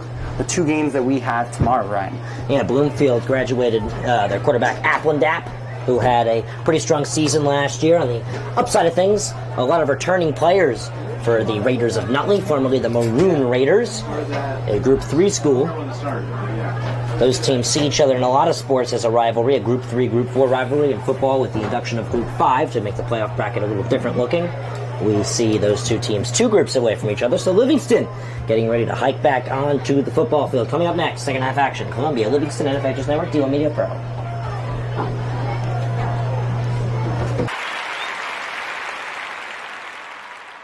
Marauders go back to their bread and butter. Their 3 offensive touchdowns today have all been on the ground. They'll go back to the ground here with Slade, and he's untouched into the end zone for a touchdown. Sam Slade. 21. Missouri under pressure, and he's taken down. Jack Price with the sack. And goes under center. Toss to Thomason, far side, trying to pick up blocks, trying to cut back upfield, and he's in for a Seton Hall Prep touchdown. Hand off, Butler once again, steps through a couple of tackles, spinning the pile, pushing him forward. Is he in? No signal, yes he is, touchdown. Salters will take the snap, looking to throw deep, he's got a man, wide open, it's caught. Justin Mays, a foot race to the end zone. There he goes. Touchdown. 81. Brown. Quarterback sneak to the end zone. He's in. Touchdown Westfield. Gordon back to pass. Gonna throw a deep ball far side. Caught. Touchdown. Touchdown. Nasir Addison.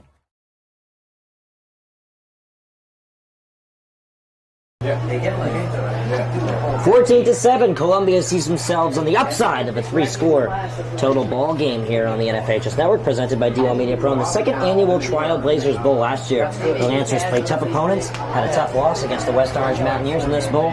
This year, they look a little different.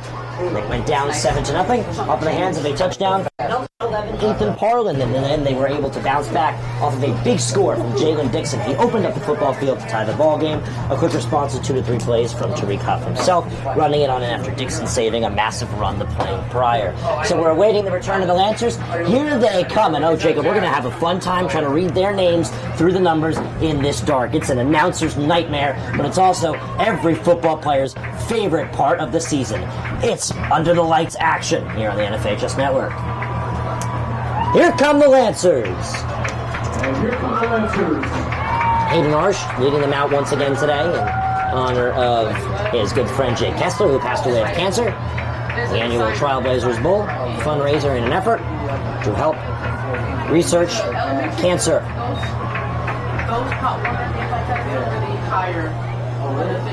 Jacob, we spoke about it during the halftime intermission, but this second half, the Lancers need to find momentum, because when Columbia finds the momentum with their first bite in the apple, they've eaten more of it.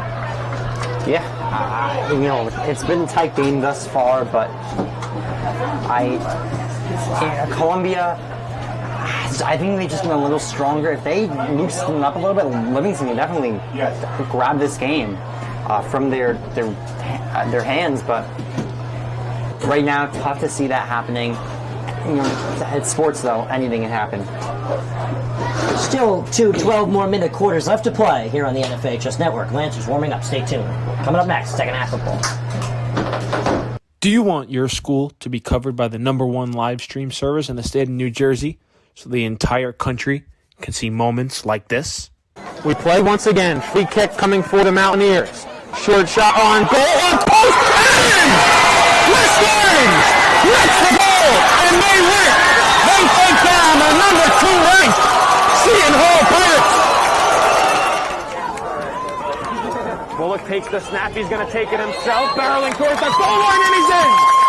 Carriage Bullock from 3 yards out, and the Marauders lead it 20-7. Or be a witness to championships like these. Montclair, our state sectional champions. They defeat Livingston 4-1, and the Mounties sweep the boys and girls brackets in back-to-back wins over the Lancers. 3-2, there goes the runners. Swing on and miss, strike 3. That does it. The Cranford Cougars are the Last Dance World Series champions. Or have exclusive interviews with players and coaches. Maroon and Silver Star pitcher Teague Mulcahy. I'm here with Cranford star Ryan Jarros. We're with the Bergen Crusaders star of the game, Luis De La Cruz. Here with West Orange head coach Doug Nevins. And all right, now here with star goalkeeper Nikolai Matthews of this West Orange Mountaineer team. Nikolai. Here with Claire Manning after Montclair picks up a 4-1 win over Livingston. I'm here with Molly Brumback, the goalkeeper. Molly, what's Rivers today like? Here with West Orange girls varsity coach Sean DeVore. Then join the D1 Media Pro team, New Jersey's #1 live streaming service. Welcome back to the D1 Media Pro page on the NFHS Network and the Jake at Livingston High School. We got soccer kicking off next Friday here at the Jake, Livingston West Orange soccer. Ryan will be on the call for that, so make sure to tune in. Team split last year's competition, Livingston winning the first in regular season competition, shutting out West Orange on the Monday afternoon. West Orange avenged itself in the county semifinals at James Caldwell High School, beating red-carded Livingston 4-0. Both schools return to the same SEC American Division and will enter the Section 1 Group 4 state tournament bracket at the season's conclusion in late October. Columbia will open up their soccer season versus Eastside, also on Friday the 9th at 4 p.m. Yeah, Livingston took on Roxbury today. We're waiting on the result of that one in a preseason affair. They also recently beat Wayne Valley 4-3. Game-winning goal scored by Timothy Kelly, a senior. This senior class of athletes, Jacob, very impressive. We actually happen to be a part of it. Well, you said senior class of athletes, Ryan. True. Maybe we're not athletes, but we're part of the senior class. That is true. School back in session today. Spent my summer down the shore, Jacob, near Donovan Catholic, one of the premier sports programs in New Jersey. Their football season kicked off just last week in week 0, and actually down in Ocean City where I was, there was an amazing amount of games, an immense amount of games actually down in Ocean City. Kicked away, we're going to get this second half started. This one is going to roll into the end zone for a touchback. Again, as I was saying, spending my time down in Lavalette, down in Ocean City, coincidentally around the same time that the high school football season kicked off down in Ocean City. They held the classic. Yeah, definitely could have if I had the gear on me, but it was an immense amount of games down in Ocean City. They had about, I think, around 3 days, 6 or 7 games. They kicked off the season with the Shore game. They had a couple private schools on out there. Donovan Catholic was a very close private school in the area. St. John Vianney not so far away as well. A lot going on down the shore to kick off the season. We now move back inland. Livingston, game number 2, they're 0-1. And on the other side, Columbia, their first game of the season, trying to look to take down Livingston. Just scrape by them like they did last year, maybe even win it by more. Again, they had the first bite of the apple, so we'll see how that works for them. Livingston on the football, they deferred the coin toss. A lot of confusion here with the pre-snap, and it's going to result in a false start. You know what happens when there's confusion, Jacob? There's flags. Lancers are now going to move back 5 yards, first down and 15. Lancers touchdown scored by Jaylen Dixon. Off the pass by Aiden Healy. And wow, Jacob, that was quite the connection. Oh, yeah, absolutely. Dixon just using his pure speed down the far sideline. Blasted by everyone right into the end zone. Healy takes the snap. He will hand it off. Cutting on it and being taken down. Gaining about 4 for the Lancers is Aedan Ramos. The Lancers in their all-black new uniforms with some green and gray added to it for their numbers to stick out, and for Columbia, their black numbers, their white uniforms with their red accents, and their red helmets. Lancers using their typical white helmets with their green Lancer logos on the left and right sides. Shotgun snap now coming from Healy. Ryan, whose black jerseys are better, the Lancers or the Devils? The jersey. Gain about nothing on third down. The tackle there coming from number 71, Liam Haley. You know, if I had to make a comparison, I really do like these Lancers jerseys, Jacob. They're not that difficult to read in the dark either. I'm actually not having too much trouble at all. Yeah, like the white outline on the lettering rather than it just being neon green, like in the, I believe the girls soccer. Yeah, I was actually just about to say they're very similar to the girls soccer team. We called a few games to them last year. They're kicking off on the 9th versus Glen Ridge. Some confusion. The Lancers will snap the football and take advantage. Ramos makes the play. It's 4th down. He's able to gain minimum. Again, a touchdown for Columbia here really can shift the momentum of the game right here. Pretty much have Columbia ride the score on out, but at the same time, Livingston was able to pump in the touchdown from Dixon. Dixon's really fast, and with the break at the half, we'll see what he can come up with. Special teams come out, Ryan. Columbia's going to have a chance here and fairly good starting yardage. 10-15 and running here in the third quarter. The long-awaited snap. Will come. Najjar will send one off on a line drive. It's going to be caught at around the 45 by Rowan. Rowan rolls on out past the 50. He's able to push himself going down to around the 47. First down, Columbia. Cougars back on the football. They've really had a great start in terms of territory. Oh, I mean, I believe they started almost every drive inside the Lancers' side of the field. Positive yardage is what they've really been gaining so far this game in comparison to the Lancers, who've been losing a lot of yardage.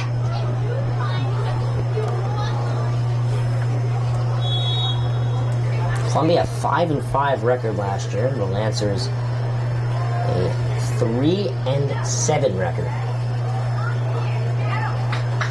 4-6. Sorry, my apologies. 4-6. Here's the snap. It's going to be a quick pitch, driving up the middle and taken down for a few yardage. For the Cougars is Yasan Fields. 9:43, and it looks like we have a Cougar injured. We're going to go to break. Stay tuned. NFHS Network.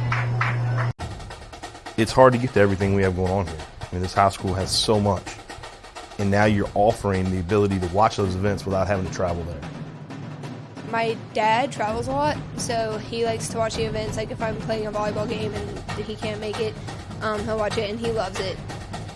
I think it was homecoming. It was Friday night, and it was a punt return. And I returned it all the way back for a touchdown. And then, of course, I showed all my family members, and they really liked it. They liked to see what their family really can do. Golden Lions. I think this broadcast is essential because our team is global and we got people all over the world going to watch the game. So without this, there's no way they can do that. These kids and these players feel loved, they feel important, and by broadcasting it, you have a bigger group that you're reaching that allows them to know those kids.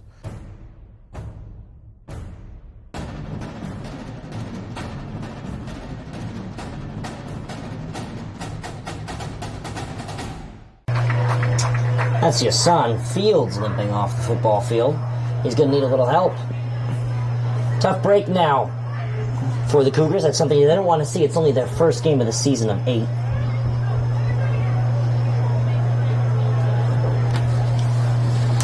Last year, the Lancers made the playoffs for the first time since 2014. A 40-6 loss last year in the playoffs in the first round was the ending of their effort. Livingston playing in the division with Columbia, as well as Irvington, Montclair, and Union City. Obviously, the favorites are Irvington. Irvington's team only getting better, according to their head coach, Smoke Pierre. And, of course, Livingston's Daniel Cullen has posted on Twitter about training with the coaching staff at Columbia University in the Upper West Side of New York, New York. The city's so nice, they've named it twice. 9.5 left to go. Here's the snap.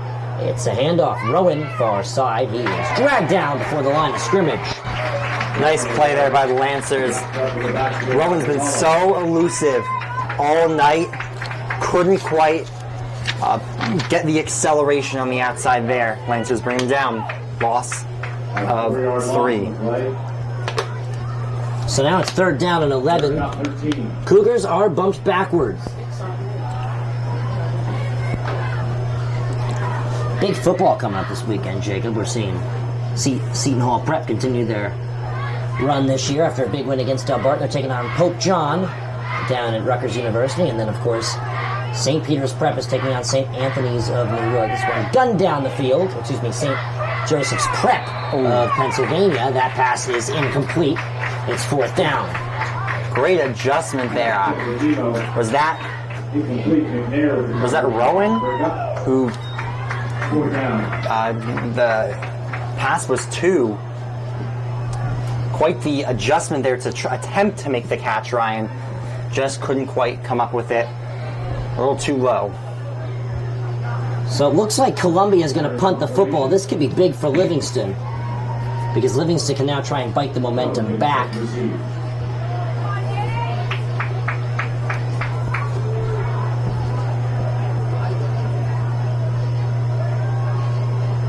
Snap coming from the attacking 49. Columbia will be giving up the football. It is up, almost blocked, and in the air. Ball will take a roll. It'll be picked up at about the 10. Oh, a good hustling effort and a big block in the backfield is able to give the Lancers the football at the 10-yard line. But wow, Jacob, that's something to bounce off of if you want momentum. Only got a few yards back there, but there was a lot to digest in that punt. Really nice move to get those extra few yards, and huge hit. Yeah, it was like a power punch right there in the backfield.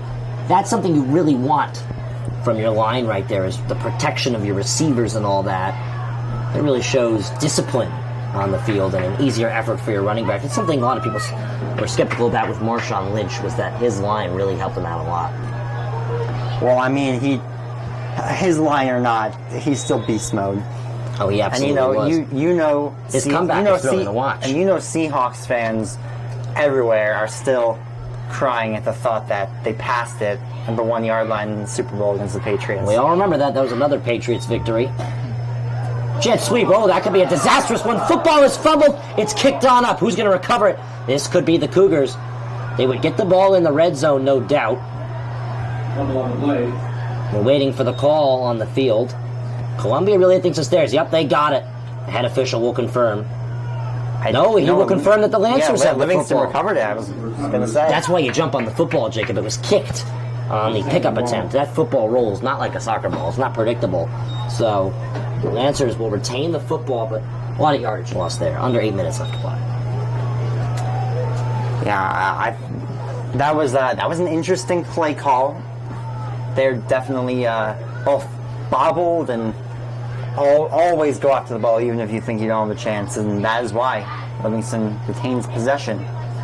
And the miscommunication had Najjar spiraling. Here's a effort that sees a ensuing safety, and it's a safety.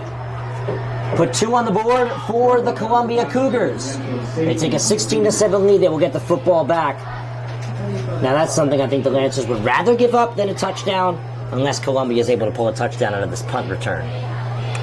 Yeah, I would agree with that. I mean, you fumble the ball, you lose the ball in the fumble there, and Columbia's in great position, probably scores a touchdown. Very tough break. It sees the favor of the Cougars. A 16-7 lead they have with 7:25 left to go in the third quarter. Ryan Lowry, Jacob Gorin, Jordan Cooper, and Miles Dax. Lancers will now punt the football away on the safety. It's now 16-7. It's a 2-possession ball game. Lancers get a touchdown, they go for 2. They succeed, they're still down by a point, so this is a tough one for them. Well, at that point, you don't go for 2 because you're only down by. Were you down by 3? Oh, maybe you do go for 2. I mean, you could. Or no. You don't go for 2. You'd still be down for under a field goal. You don't go for 2, but if you get a touchdown, because then you're down by 2, and yeah, exactly. Kicked away on the safety. It will be caught at about the 35-yard line. Here come the Cougars. This is a big run right here that sees a trip up at around the 38 for Rowan. Cougar football. 7:18 left to go. This is the breakaway opportunity here for the Columbia Cougars. It was a very good first half, but if they can get a touchdown here, it's really going to crush the spirits of the Lancers. Yeah, I mean, I wouldn't quite say that. There's still a ton of time left on the clock. I mean, third quarter, and it's still 7 minutes left in the third quarter, so we'll see. Anything can happen. 7:18 left to play.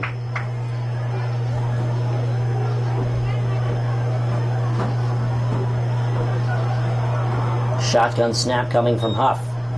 Oh, muffled. He's going to have to hang on to it. And the ball's going to be placed at the 50-yard line. That's big for the Lancers. Oh, yeah. I mean, I'm sure they are fortunate about that play. I believe it's going to be a loss of 7. Yeah, it's going to be a loss of 7 yards. Or a second and 16, but it's a loss of 6 yards. The ball's going to be placed in the attacking 49 now for the Columbia Cougars. Columbia Regional School representing Maplewood and South Orange. My favorite pizza joint in the Columbia area, the Reservoir. It's a good one. Also talking Columbia as well, they have themselves a train station in South Orange. Livingston, somewhat near that, on the sides of town, but also they have the Milburn train station too, so many ways to get to New York City. Summit as well. That's the Summit one, the New Providence one. Oh, there's going to be another muffled snap picked up by Huff. He's going to lose the football. The Lancers are going to pick it up. Here they come into the end zone. Touchdown! That's one way to get the momentum back, Ryan. They're within a field goal. Derek Ford. A scoop and score, and the Lancers are down by 3. That was huge. And again, we're hearing this discussion, Jacob, out here in the press box that a lot of people weren't certain if he was down or not, but it was picked up by Derek Ford, and he's got himself the 3rd touchdown of the Lancers season, 2nd touchdown of the game, right back into it again. From my point of view, it looked like Huff tripped on his own. I mean, he needs to be touched on the ground. Derek Ford.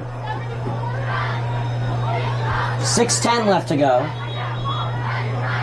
And the Lancers are going to call a timeout. We're going to go to break. Stay tuned on the NFHS Network. One of New Jersey's premier high school basketball teams gets their coverage from D1 Media Pro. And it goes like this. Finds Floyd to tie things up. Tie game! 62 apiece. 90 seconds. Floyd attacking and throws it down! Corey Floyd! A missed opportunity down low, behind the back to Bueno and one! Lawrence with Floyd to lob it up for the slam! Too low for Dunn. Wilcher to Floyd, lays it in and one on the lob! Thought about the three, drives baseline. Oh, what a start for Corey Floyd! Here with Corey Floyd after a tough... Wilcher, three. Got it! Simeon Wilcher is fired up! And Giovanna Chalfin to kick the point after. That was big for the Lancers, right back in this football game. 6:10 left to go. Here's the snap. Blocked. Tough break for the Lancers. It's now a field goal difference. Columbia will get the football back. Stay tuned. NFH's Network. Martin drops back, looks left, throws left. Pass complete.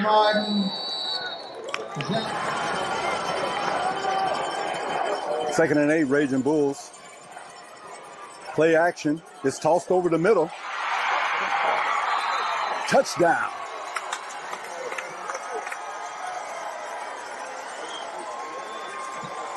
It's in, crowding the line of scrimmage. Man comes in motion. Minucci turns around, hands to Heath. He's got a first down, a lot more. There goes Ronnie Heath. He's off to the races. 20, 15, 10, 5. Touchdown, Don Bosco.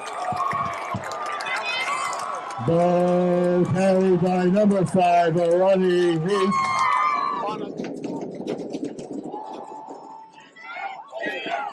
He's still running. He's running. He's still looking. Ooh, that's a beautiful pass, though. Touchdown. Oh, that's a amazing play right there. Welcome back.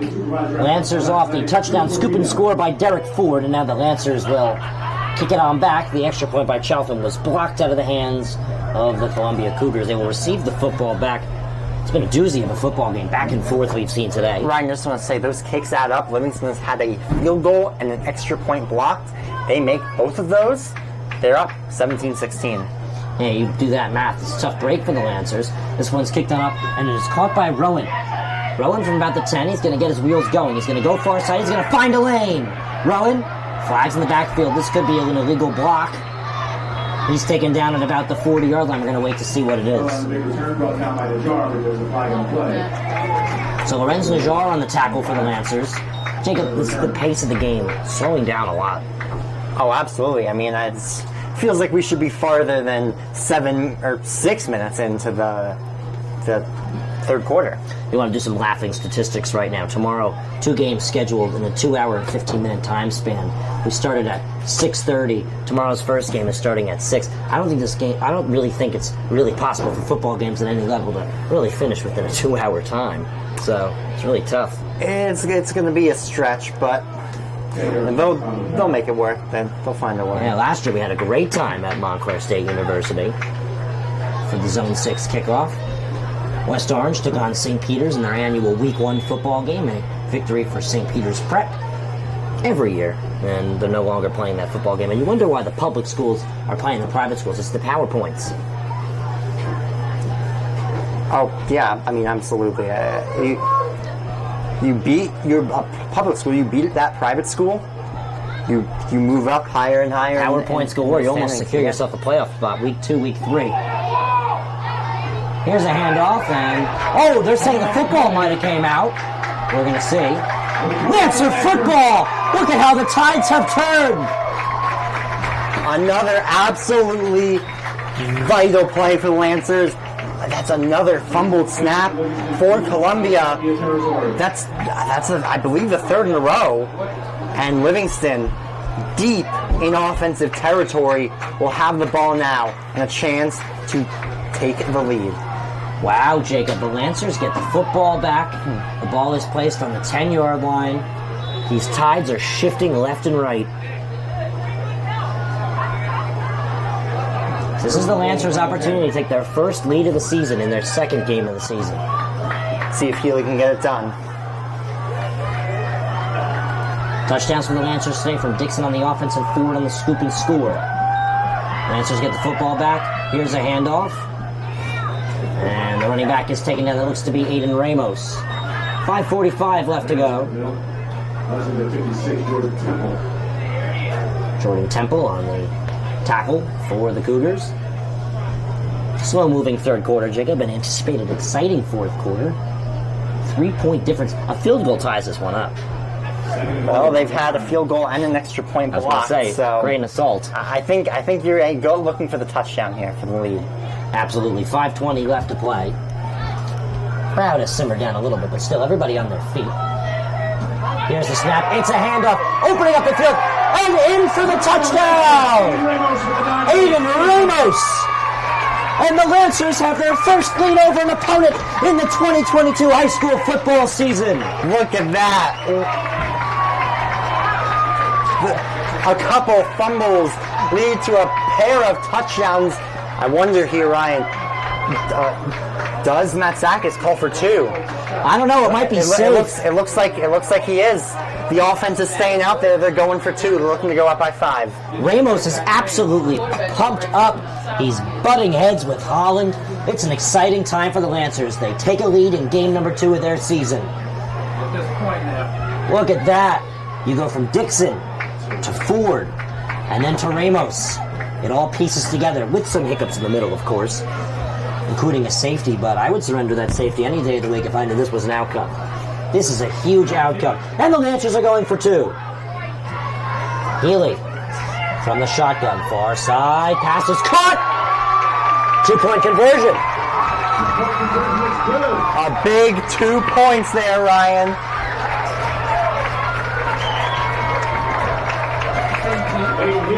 Livingston up by more than a field goal. A touchdown for Columbia is what they will have to get now. So there is still plenty of time though. This has been a very slow-moving second half. We're only about 7 minutes in, but so much has happened. Livingston now with a 5-point lead. Let's see if Columbia's offense can turn things around. What do you say if you're Gary J. Mobley after that? 7 seasons with the program, 11 seasons coaching with Rahway. With your experience, you can probably tidy something up here. I think that center is getting isn't having the friendliest talk with the coaching staff right about now. You can see Michael Gianduso, who's on the IR right now for the Lancers, trying to pump up the student section. They can definitely do that right now because that is the first lead of the season the Lancers have. That's huge. That's going to be remembered for a long time, that play right there. The 2-point conversion, toppled on top of Ramos's brilliance on the football field. That's huge. Chris Cheeseman, another Lancer on the IR, trying to rile up the student section. It's 21-16 here under the bright lights of the Jake.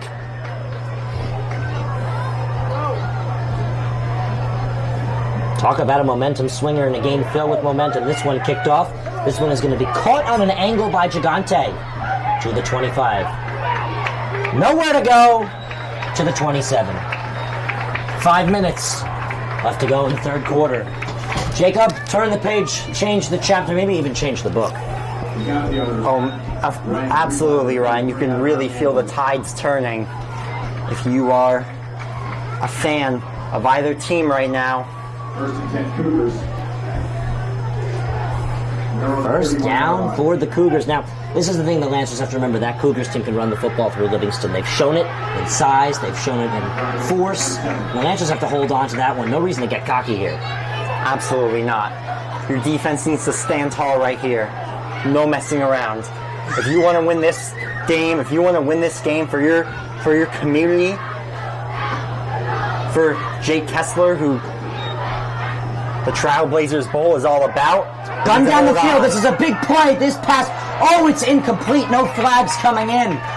It was a risky defensive play by McNair. He really gave a shove to Mimo, but I think he got away with it, Jacob. I didn't see any PI, Ryan. I thought that was a clean play. Well, clearly the officials agree with you there. That would have been big for Columbia. This is one of those moments right here where any play swinging in any direction could shape the momentum of the ball game. Absolutely.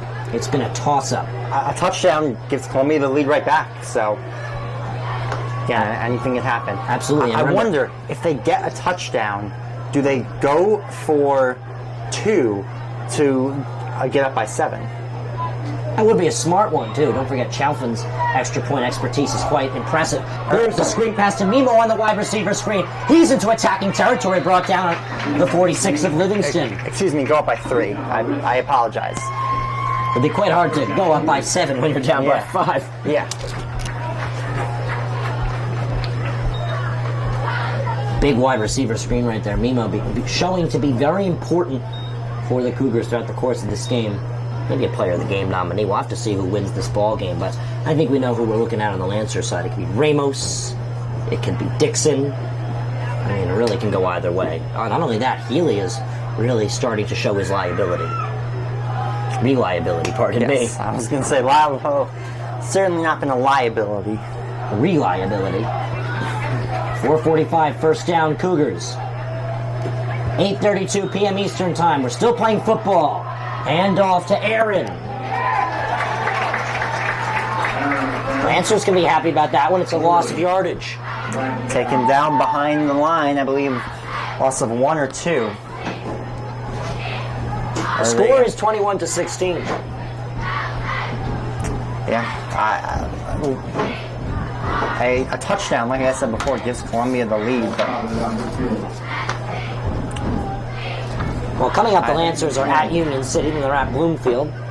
Then they're hosting Montclair. They're hosting Montville. Now, that's a game that we really should do. Hosting Montville, 2 very similar schools. Not only that, Coach Burchard of the Livingston Lancers now works for the Mustangs of Montville. So that's another big game. Might want to keep an eye on that one. After that, they're at Randolph, at Irvington, and then they'll finish off versus Roxbury. A lot of winnable games and a lot of tough games coming up, including Irvington. Lancers are set. Wide receiver screen taken down immediately. Who else but Jaylen Dixon? He's got the right to dance. He's going for the pick there, Ryan, and he intercepts that. It's a good chance it's a pick 6. Unfortunately, couldn't quite intercept it. Still an incomplete pass, though. They're down 12. There's no catching Jaylen Dixon. No, absolutely not. 3rd down and long. Lancer faithful very excited about what's going on in this moment. In probably one of the slowest moving quarters we've ever worked in our high school broadcasting careers, it's been quite the exciting one. From the shotgun. Gun down the field. This pass is complete to Gigante. Shakes off a tackle. And there to end the scheme for the Lancers is number 30, Simon Ritz. Great play by Huff there to find his man downfield.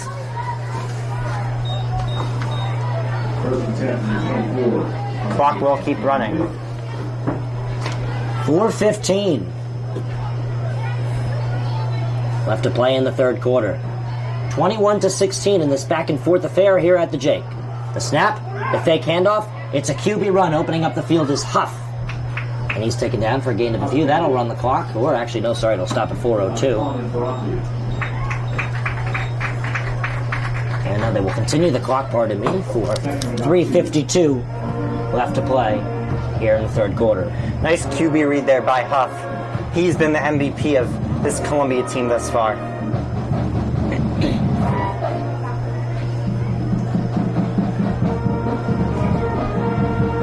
Lancer band getting back into it now. This really is a game to watch, Jacob. It's very exciting. We knew this was going to be a fun one. Last year was a very fun one.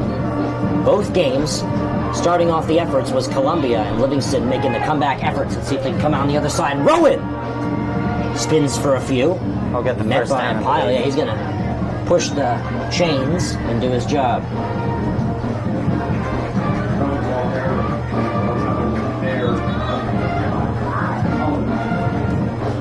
3:15 now left to go in the 3rd quarter. Well, Lancer baseball had a very good season last year, Jacob. 21-9 final record. Sectional champions, a 1-run loss to a very strong Hunterdon Central squad down in Central Jersey, down in Flemington, actually. Yeah, that was a tough loss, but a great season all around last year for Lancer baseball. Yeah, you couldn't complain. You couldn't complain on the lacrosse side either. A 12-4 record. Moved down in division. Now they're going to move right back up. They proved themselves last year. Boys sports in the spring, very successful. Here's the snap. Oh, a handoff turns into a fumble. There's going to be a pile for it. We'll see where it points. Livingston again thinks they have the football. We'll see.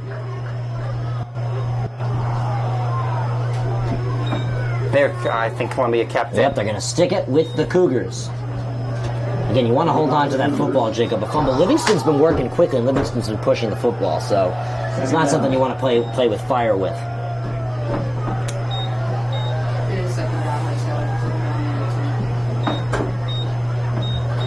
Second and 10, Ryan. Second down and 10. Chains removed previously in a small run. Here comes a second down and 10. Turnover will be huge here for Livingston. Here's a handoff. Gain of a view on the fall by Zamir Rowan. 1:55 now left to play. Third down and medium.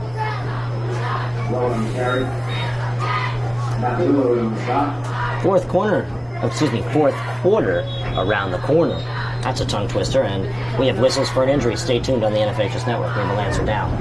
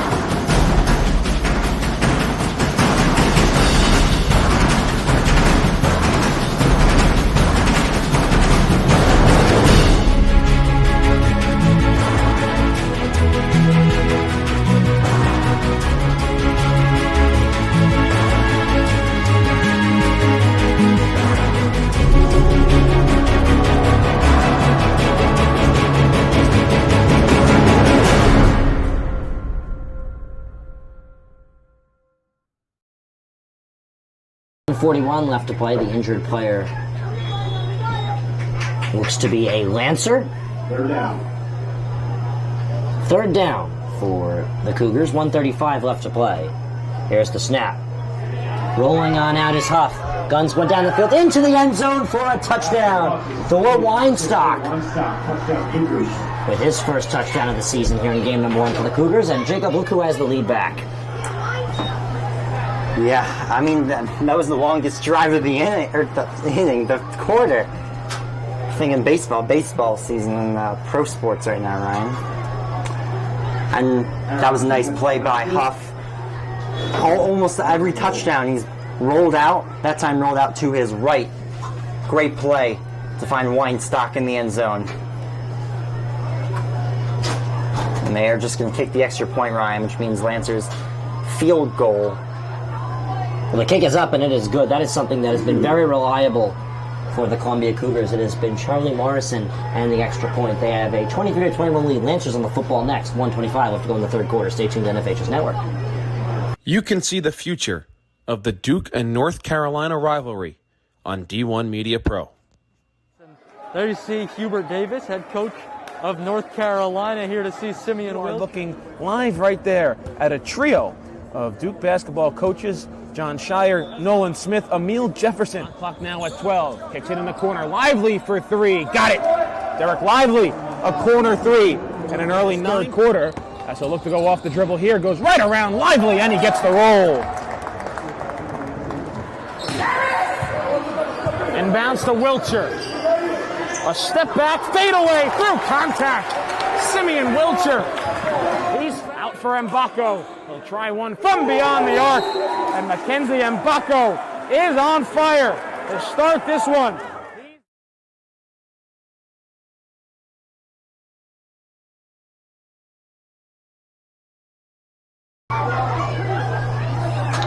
One minute and 25 seconds left to play in the third quarter. Cougars will now kick it off from their 40-yard line. Again, Dixon and Najjar lined up to receive. Columbia back on top of things, but they're on defense, and Livingston's been moving and grooving. Those extra point and field goals, Ryan, have really been the difference. Henry Aaron will bomb one away. Najjar, ooh, close to the out-of-bounds marker, will make the catch. He'll cut on in. He's going to gain some yardage.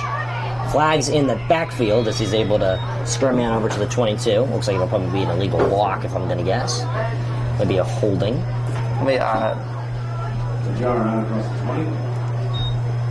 Minute 18 now left to go in the third quarter. We're going to wait for the call from our head official. And it's going to be an illegal block in the backfield. It's going to be tough for Livingston.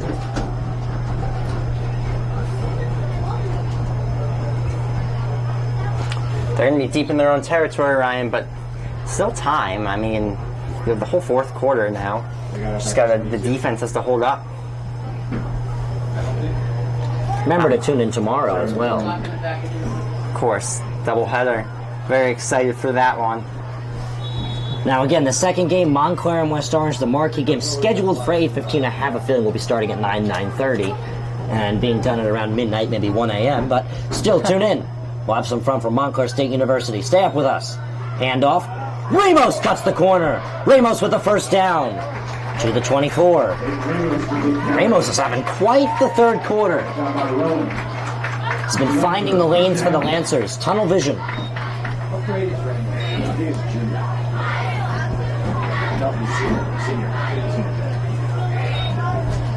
Lancers just got to keep pushing here on offense.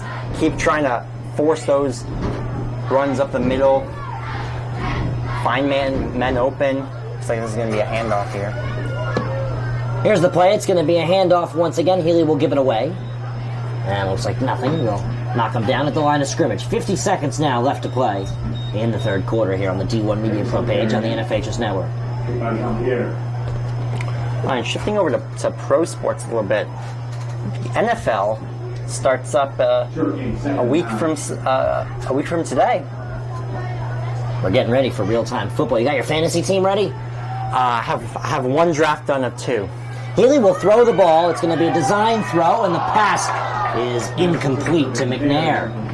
Good adjustment from McNair, Ryan. Just to pass a little too far from the outside from Healy. Maybe time for just a few more plays left to go in the third quarter. 23-21, a thriller of a football game between the Lancers and the Cougars, an Essex County matchup. Both teams will be seeing themselves in the same division this year, the NJ Super Football Conference Freedom White Division.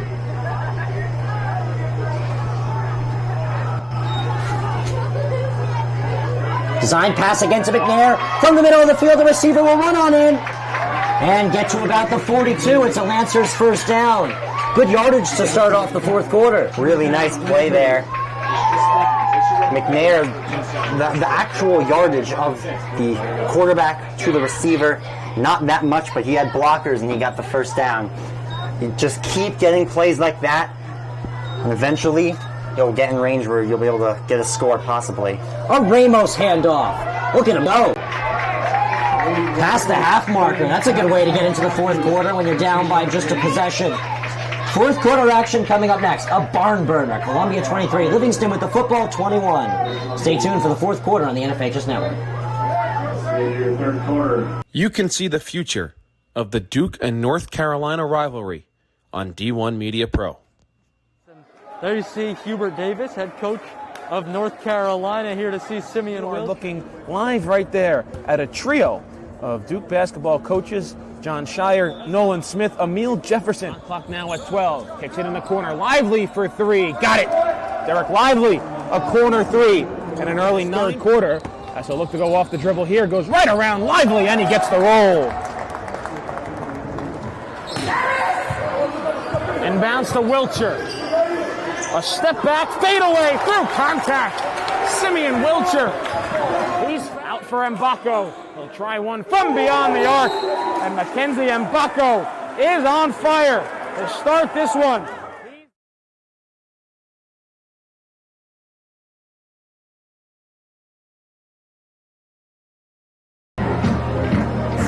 quarter of action. Livingston 21, Columbia 23.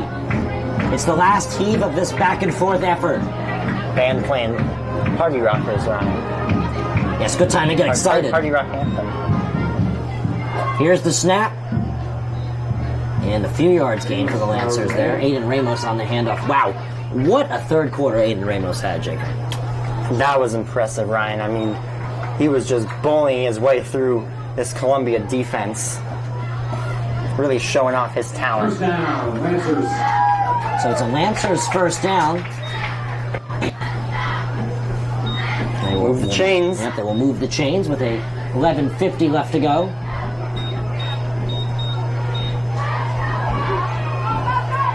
Handoff. Nowhere to go there. Loss of a few.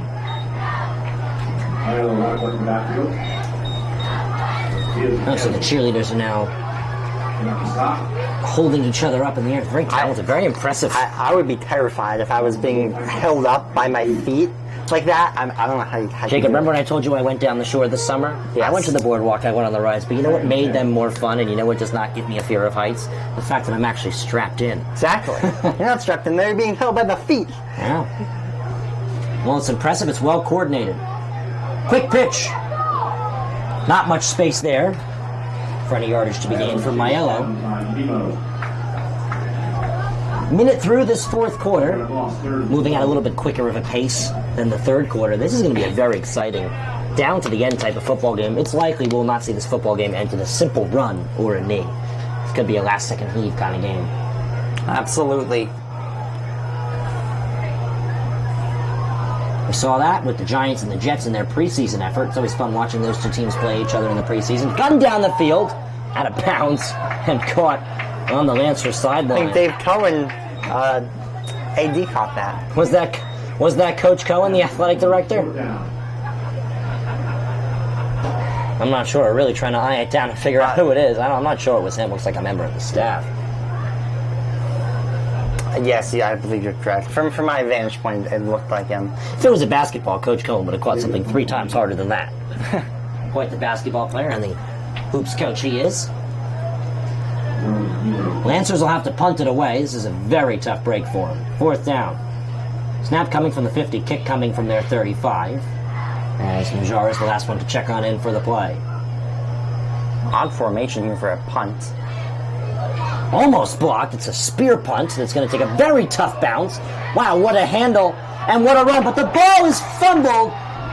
Will it be kept in bounds? Will the Lancers retain the football? I believe it went out of bounds before the Lancers. They're going to say it went out of bounds, yeah. So Columbia will take the football. That was a nice little snag in the air right there by Zamir Rowan.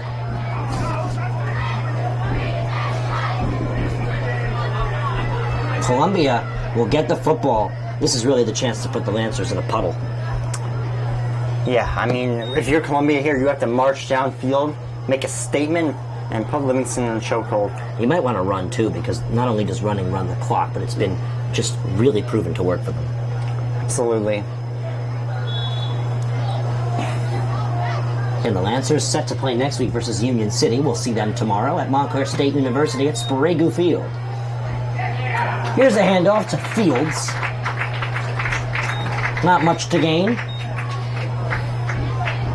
None to gain. Second down and 10. 10 minutes flat to play here at the Jacob. Quicker moving fourth quarter than that third quarter. Almost reminded me of Livingston versus Passaic Tech, who we'll see tomorrow at Sprague Field. Their baseball game versus Livingston in the Section 1 Group 4 finals. That 5th inning of action saw 2 pitching changes for the Lancers, and I think the whole team batted around about, twice. We saw about 18 batters inning. It was a very long inning. Every pitch was sweated through. It was a long inning. That was almost what we felt in that third quarter. The only difference, that's what's great about football. Every game matters. It's such a short season in terms of amount of games. Every game matters. Just call here. Jacob, again, it's not like baseball where you can just say, 10 to 20 games, No, football, every game matters. No matter who you play, you got to throw everybody out there you got, unless you know you're going to win that football game and you're up by a lot. Absolutely. I mean, high school football, they only play 8, 9, 10 games in a year. Yeah. Season shortened from a 9-week regular season to an 8-week regular season. Some teams electing to use this Week 0 initiative to play their usual 9 football games. Livingston participated, matched their prevail. Morristown's first in-state win versus 2019. Last year, their one win was versus Xaverian of New York. Obviously, the COVID season didn't help anybody out. Shortened season, 6-game regular season in comparison to the usual 8 to 9 regular season, and then of course playoffs for those that qualify. Not an option this year. Rolling on out is Huff. Down the field, passes caught by Rowan on the run. Goes out of bounds with it with 9:23 to play. One thing Huff has proven here today, Ryan, he can throw on the run. He can throw well on the run. Another nice completion there to, I believe, what was it, Rowan or Gigante? I saw Zamir Rowan. 9:23. Still 3rd down and 7 though there because of the delay game or false start. Huff from the shotgun. He's got a fullback and a halfback to his sides. 23-21 is the scoreline. Columbia with a 2-point lead with the football. Met down after about a gain of 1 or 2. Is the running back. Big stop there for Livingston, Ryan. It's 4th down. They're going to be pinned pretty deep in their own end if Columbia chooses to punt here, but and it looks like they will. So in the special teams year now, still, you could not let up another touchdown there and go down by more than a field goal. An interesting statistic, Jacob. In high school football, you see teams go for it a lot for whatever reason. Their punter's not strong, whatever. The yardage is generous. The other team's punter's not strong, whatever. But, we've only seen we've only seen one team go for it on 4th down, and they've done it twice, and they've done very, very close to the goal line. They were 1 for 2, so not a lot of 4th down efforts. Punted away. Up in the air. Lancers will let it roll. A collision near the football. This one's going to stop dead. And around the 14-yard line. It'll be picked up by Ethan Parlin. Livingston football. Stay tuned. First and 10 Lancers from their own 13. The Marauders go back to their bread and butter. Their 3 offensive touchdowns today have all been on the ground. They'll go back to the ground here with Slade, and he's untouched into the end zone for a touchdown. Sam Slade. 21. Missouri under pressure, and he's taken down. Jack Price with the sack. And goes under center. Toss to Thomason, far side, trying to pick up blocks, trying to cut back upfield, and he's in for a Seton Hall prep touchdown. Handoff, Butler once again, steps through a couple of tackles, spinning the pile, pushing him forward. Is he in? No signal, yes he is, touchdown. Salters will take the snap. Looking to throw deep. He's got a man wide open. It's caught. Justin Mays, a foot race to the end zone. There he goes. Touchdown. 80. Brown. Quarter. Flag on the field. Lancers will now lose 5 yards. So they're going to start on their 6. Can't have another safety here, Ryan. Long way to go for him. Healy will throw. Pass. Incomplete. Short to the receiver, far side. Good attendance as well, not only for Livingston below us, but far side, you could see it on your screen at some points. Columbia's attendance, not bad. A decent student section. We haven't really paid enough attention to it. Not bad attendance at all. Our cameraman Miles is getting a nice view of it. In my tenure of calling Lancer football games, even just spectating Lancer football games as I do live in town, I will say the best attendance I think I've ever seen. Livingston versus Milburn to open up the season last year, yes. Week 1. That was first football game back post-COVID. Yeah. It was the first non-COVID shortened season since COVID. Healy, short snap, he's going to throw it. And the opportunity is there for McNair. He's going down the field. He's broken the defense, and he will get dragged down inside the 35. Sam McNair. Sam McNair has been a standout in this game for me, Ryan, both on offense and on defense. And right there, he shows his breakout speed to move the Lancers all the way down to offensive territory and a chance to retake the lead. Well, we shall see. 8:05 remaining. Sneaky Sam sprinting by the defense. Look at him go. Sorry, I didn't see you. I was looking at the change. Here's the snap. Healy will hand it off. It's a power run. Looks to be from Ramos for a minimal, but look at McNair go. Sneaky Sam has pushed the Lancers into attacking territory. Huge. Columbia will call a timeout. Stay tuned. McNair has put the Lancers in attacking territory. When one of the top public high school athletic programs in the state of New Jersey uses the #1 live stream in the nation. Flip to Carson. He went the 90 yards on the kickoff return. He's trying to finish it off with a touchdown, and he does! Jakai Carson. Ball court. Passed on over to Capstraw. Capstraw will dive in past two players, and she's able to load up and score. That is the 1,000-point club type of play right there. You can't ask for better than that one. Pass across. Stick down by Murphy. Send a shot and deflected. They score! 2 now. We're at the 2:30 marker left in the game.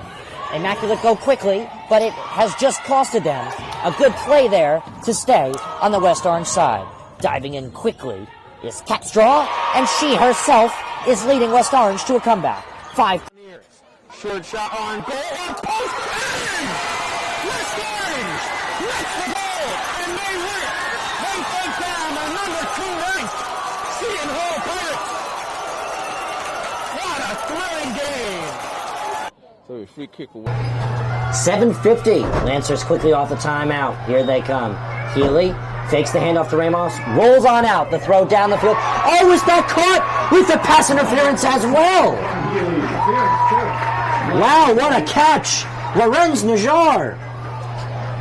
The epitome of an athlete. I mean, even if he didn't make the catch, I believe were they going to call PI there? Absolutely. But yes, they're calling pass interference, but Livingston will decline. They will take the catch. Lorenz looked like he was being eaten by a bear while making that catch. All over him was the defense. Still made the play. That's, I mean, just extremely impressive work there from Najjar. On the snap, Healy will give it to Ramos, who lost the football. He'll dive back on it. It's going to be a fight for it. And Livingston will retain. They got to be saying woof. Absolutely. But as a result, it's second in the country mile. What a way to bounce off of Lorenz Najjar's athleticism, regardless of the flag. 2nd and 12. Thank you for joining us. The second annual Trailblazers Bowl on the NFHS Network, presented by D1 Media Pro, #1 live stream in the state of New Jersey. Looks like Healy wants to throw again. He's from the shotgun. This one will be caught far side for a gain of a few. Lorenz Najjar again. Whoa, look at him all over the football. Healy, you can tell he's getting more and more comfortable throwing the ball. Let's see if he shoots one to the end zone here on 3rd down and 10. 3rd and 10.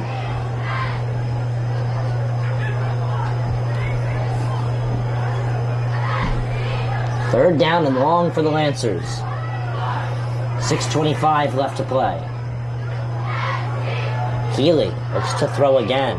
Into the end zone. Oh, Najjar couldn't hang on to it. It looked like it might have been tipped defensively. That was an excellent play by Steve Memo. Cut him off. Just got a hand on it. That was a touchdown in the Lancer lead. Now they're going to go for the field goal to take the lead. Now, Jacob, this may be the biggest field goal. And it's coming at a time where if the Lancers made their field goals, they'd be winning right now regardless. This is big. A lot of pressure on the Lancers. Nair's limping off a little bit.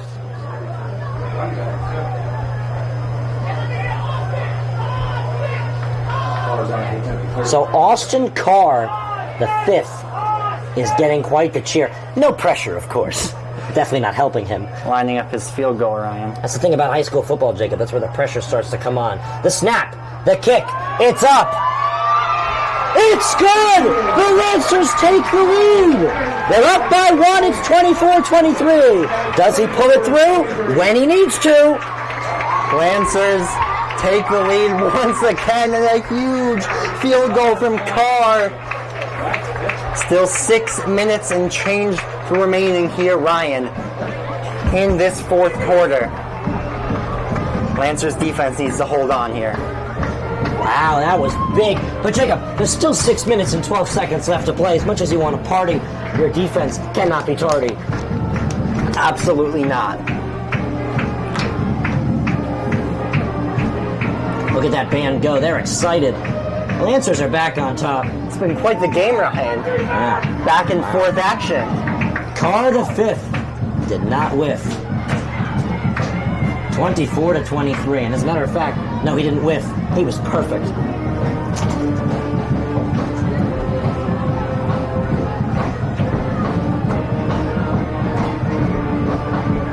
Jacob, bring out the thesaurus. What's another word for a great football game? Doozy. Doozy. I mean, can we do a little bit different? We've used it quite often. A barn burner. No, we've said that a lot. Said that too many times as well. This may go down as one of the best football games we've called. East Orange, West Orange. That was good. That was quite the game as well. I mean, I don't know if you were there, but I did camera for Seton Hall St. Peter's. That was quite the game last year, the regular season effort. This is up there, though. Caught by number 8 for Columbia. Here comes Rowan. And he's able to make way to the 30. Oh, he's pushing himself to the 35. Good effort. 6:02 left to play in the football game. Lancers defense with, in my opinion, this is the most crucial drive of the game thus far. Oh, this has to be, yeah.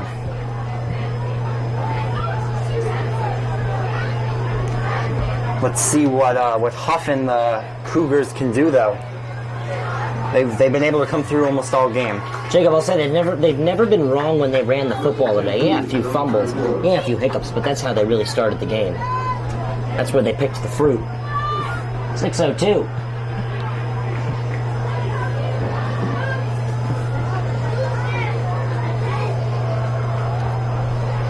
It all started off with Columbia from Ethan Parlin and a response by Jaylen Dixon, and look where we are now. Few gained right there. On the run. Under 6 minutes left to play. We're well more than halfway through the fourth quarter.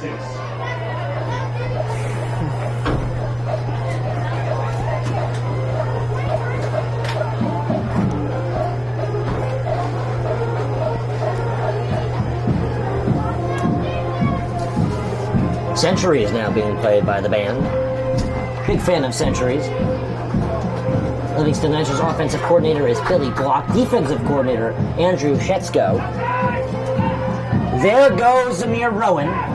Oh, get him gain yardage. And I think he may have gotten the first down there, Ryan. Well, the Chains game might need to come on out. We'll have to see. I think they might mark it just... Yeah, I think they're marking it just short. Yeah, so they're going to say it's... Third and inches. Yeah, wow.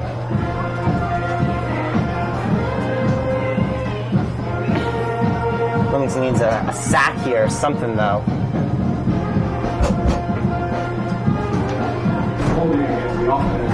Oh, an offensive holding will push him back 10 yards, Jacob. Look at that change.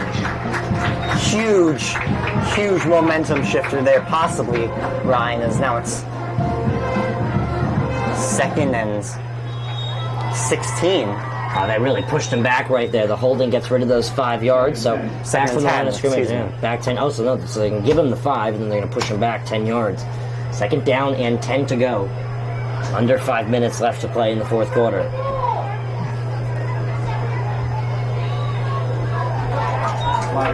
And now there's flags again. The Lancers are clapping like it's going to move them back. Yes, it is. False start. A couple of big penalties here. 2nd down and 15 now. 4:48. 2nd down and 15 yards to gain. Jacob, you can't really drive this with a pickup truck. You need a long-distance automobile. Absolutely. And I mean, we've seen teams like West Orange, they use the pickup truck. They like to power through the middle. That's how Columbia started this football game. Ryan, I'm going to be honest. Sometimes you say a metaphor, and I have no idea what you're talking about. And I say things like absolutely or for sure. but I really don't even know what you're talking about. Well, the viewers do, and that's what I'm here for.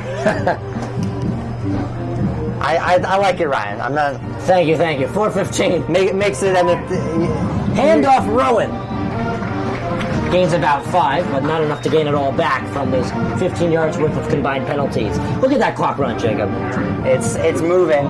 We're at 4 minutes now. 4 flat, now under. You know, some of the seniors at Livingston, they've been up since 3, 4 o'clock in the morning playing football at 10 o'clock p.m. Eastern Time, 9:06. 9:06. I think we'll be done before 10, but this has been quite the late game. Whistles blow. Not sure what that was. Might have just been an official's halt in play.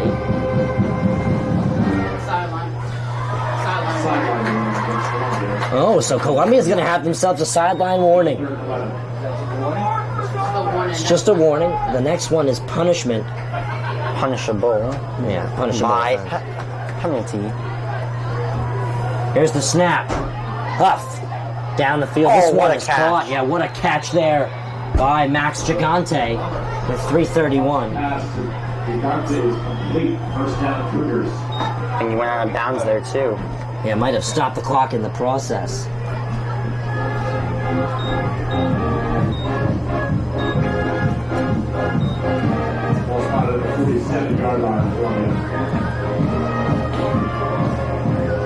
At the 47 now. First down and 10. The clock will keep running. Huff is doing a great job throwing the ball tonight, Ryan. Yeah, Jacob, Columbia really strategically running down the clock here. And now they're going to call a timeout. So Columbia will use a timeout. Stay tuned on the NFHS Network. The North Jersey Orthopedic and Sports Medicine Institute is the preferred practice for diagnosis and orthopedic treatment in New Jersey. From the moment you become a patient in our practice, our experienced team supports you until your full recovery with education, compassion, and understanding. Our focus includes sports injuries, as well as the treatment of a broad range of orthopedic complaints, from common tendon ailments and arthritic joint pain to traumatic injuries. Our facility offers an on-site physical therapy suite. In conjunction with specifically designed exercise programs, non-invasive and advanced healing technology, we can not only address the current injury, but also find the underlying cause, such as muscle weakness, imbalance, or improper form. We also offer non-surgical modalities, such as platelet-rich plasma injections, which can lead to an accelerated recovery. To provide efficient... Welcome back. 3:12 left to play. Columbia off the timeout. First down, 10 to go. Livingston up by 1, 24-23 here at Al Jake Jacobson Field. Rollout pass. It's caught. Still on his feet and moving is Carthens. He's got yardage with it.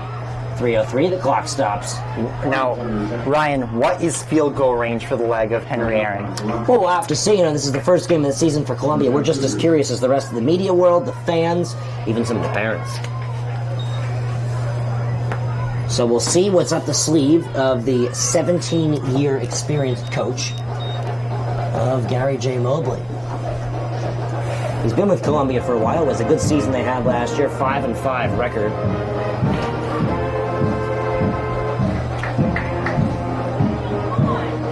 Clock starts running with 2:40.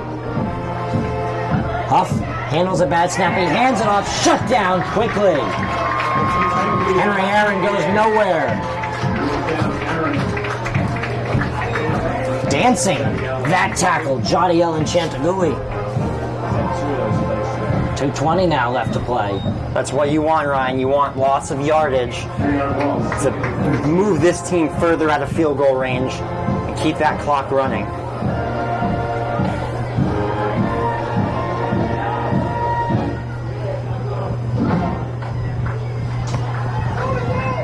The unofficial 2-minute warning here.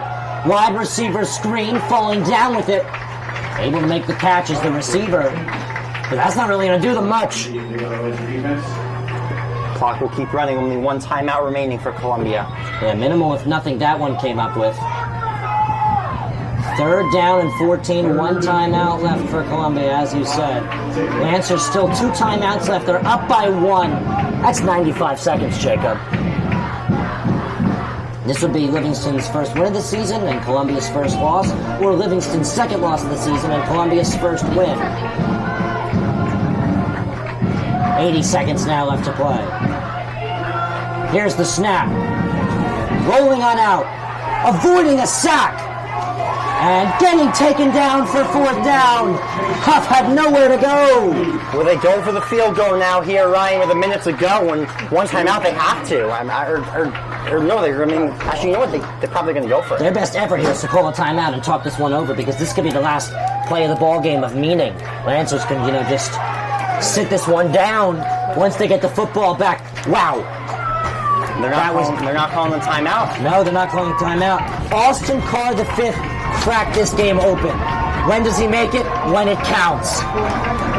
If you're Columbia here, Ryan, you want to go for a pass to the sideline. 4th down and 13. Unless if it's not a first down, it's game over. Huff down the field. This one will be caught. Did they get enough for the first down? Let's see. The clock stops anyway. Is he short? Is he short? We're waiting on the call. We'll let you know as soon as possible. He stretched for it, Jacob. Definitely out of bounds. Let's see. He's short! And the Lancers will take the ball game! He's short! We'll wait to see if they measure it. The official next to us is saying they might want a confirmation. Jacob, we can't really tell from back here, but party like it's 2008. The Lancers will win their first ball game. Get the offense on the field, get the snap off before they make any new judgments. All it is one snap needed. Columbia, not enough timeouts to mathematically delay the inevitable. This will be the last drive and potentially the last play of the ball game. Ryan Lowry, Jacob Gorin, technical Jordan Cooper, tomorrow recording Cooper, and on the camera Miles Dax. The Lancers will move to 1-1 after this snap if no timeout is called, and Columbia will start off a great start to their first game of the season in the loss column. Healy on out to sit on the football. Just take a knee, Ryan. Give it to Healy. Take a knee. Knee formation, and they will kneel the football. We're waiting to see if the timeout will be used. Doesn't look to be so. That'll be the final score. Austin Carr the 5th was the decider, a 24-23 victory. And the Lancers, in game number 2 of their season, move back to 500. They're 1-1, and they send Columbia home with a loss. Ryan Lowry, Jacob Gorin, Jordan Cooper, Miles Dax. We'll see you tomorrow on the premises of Montclair State University at Sprague Field. The Lancers are victors. D1 Media Pro Page, NFHS Network. Ryan Lowry, toodaloo.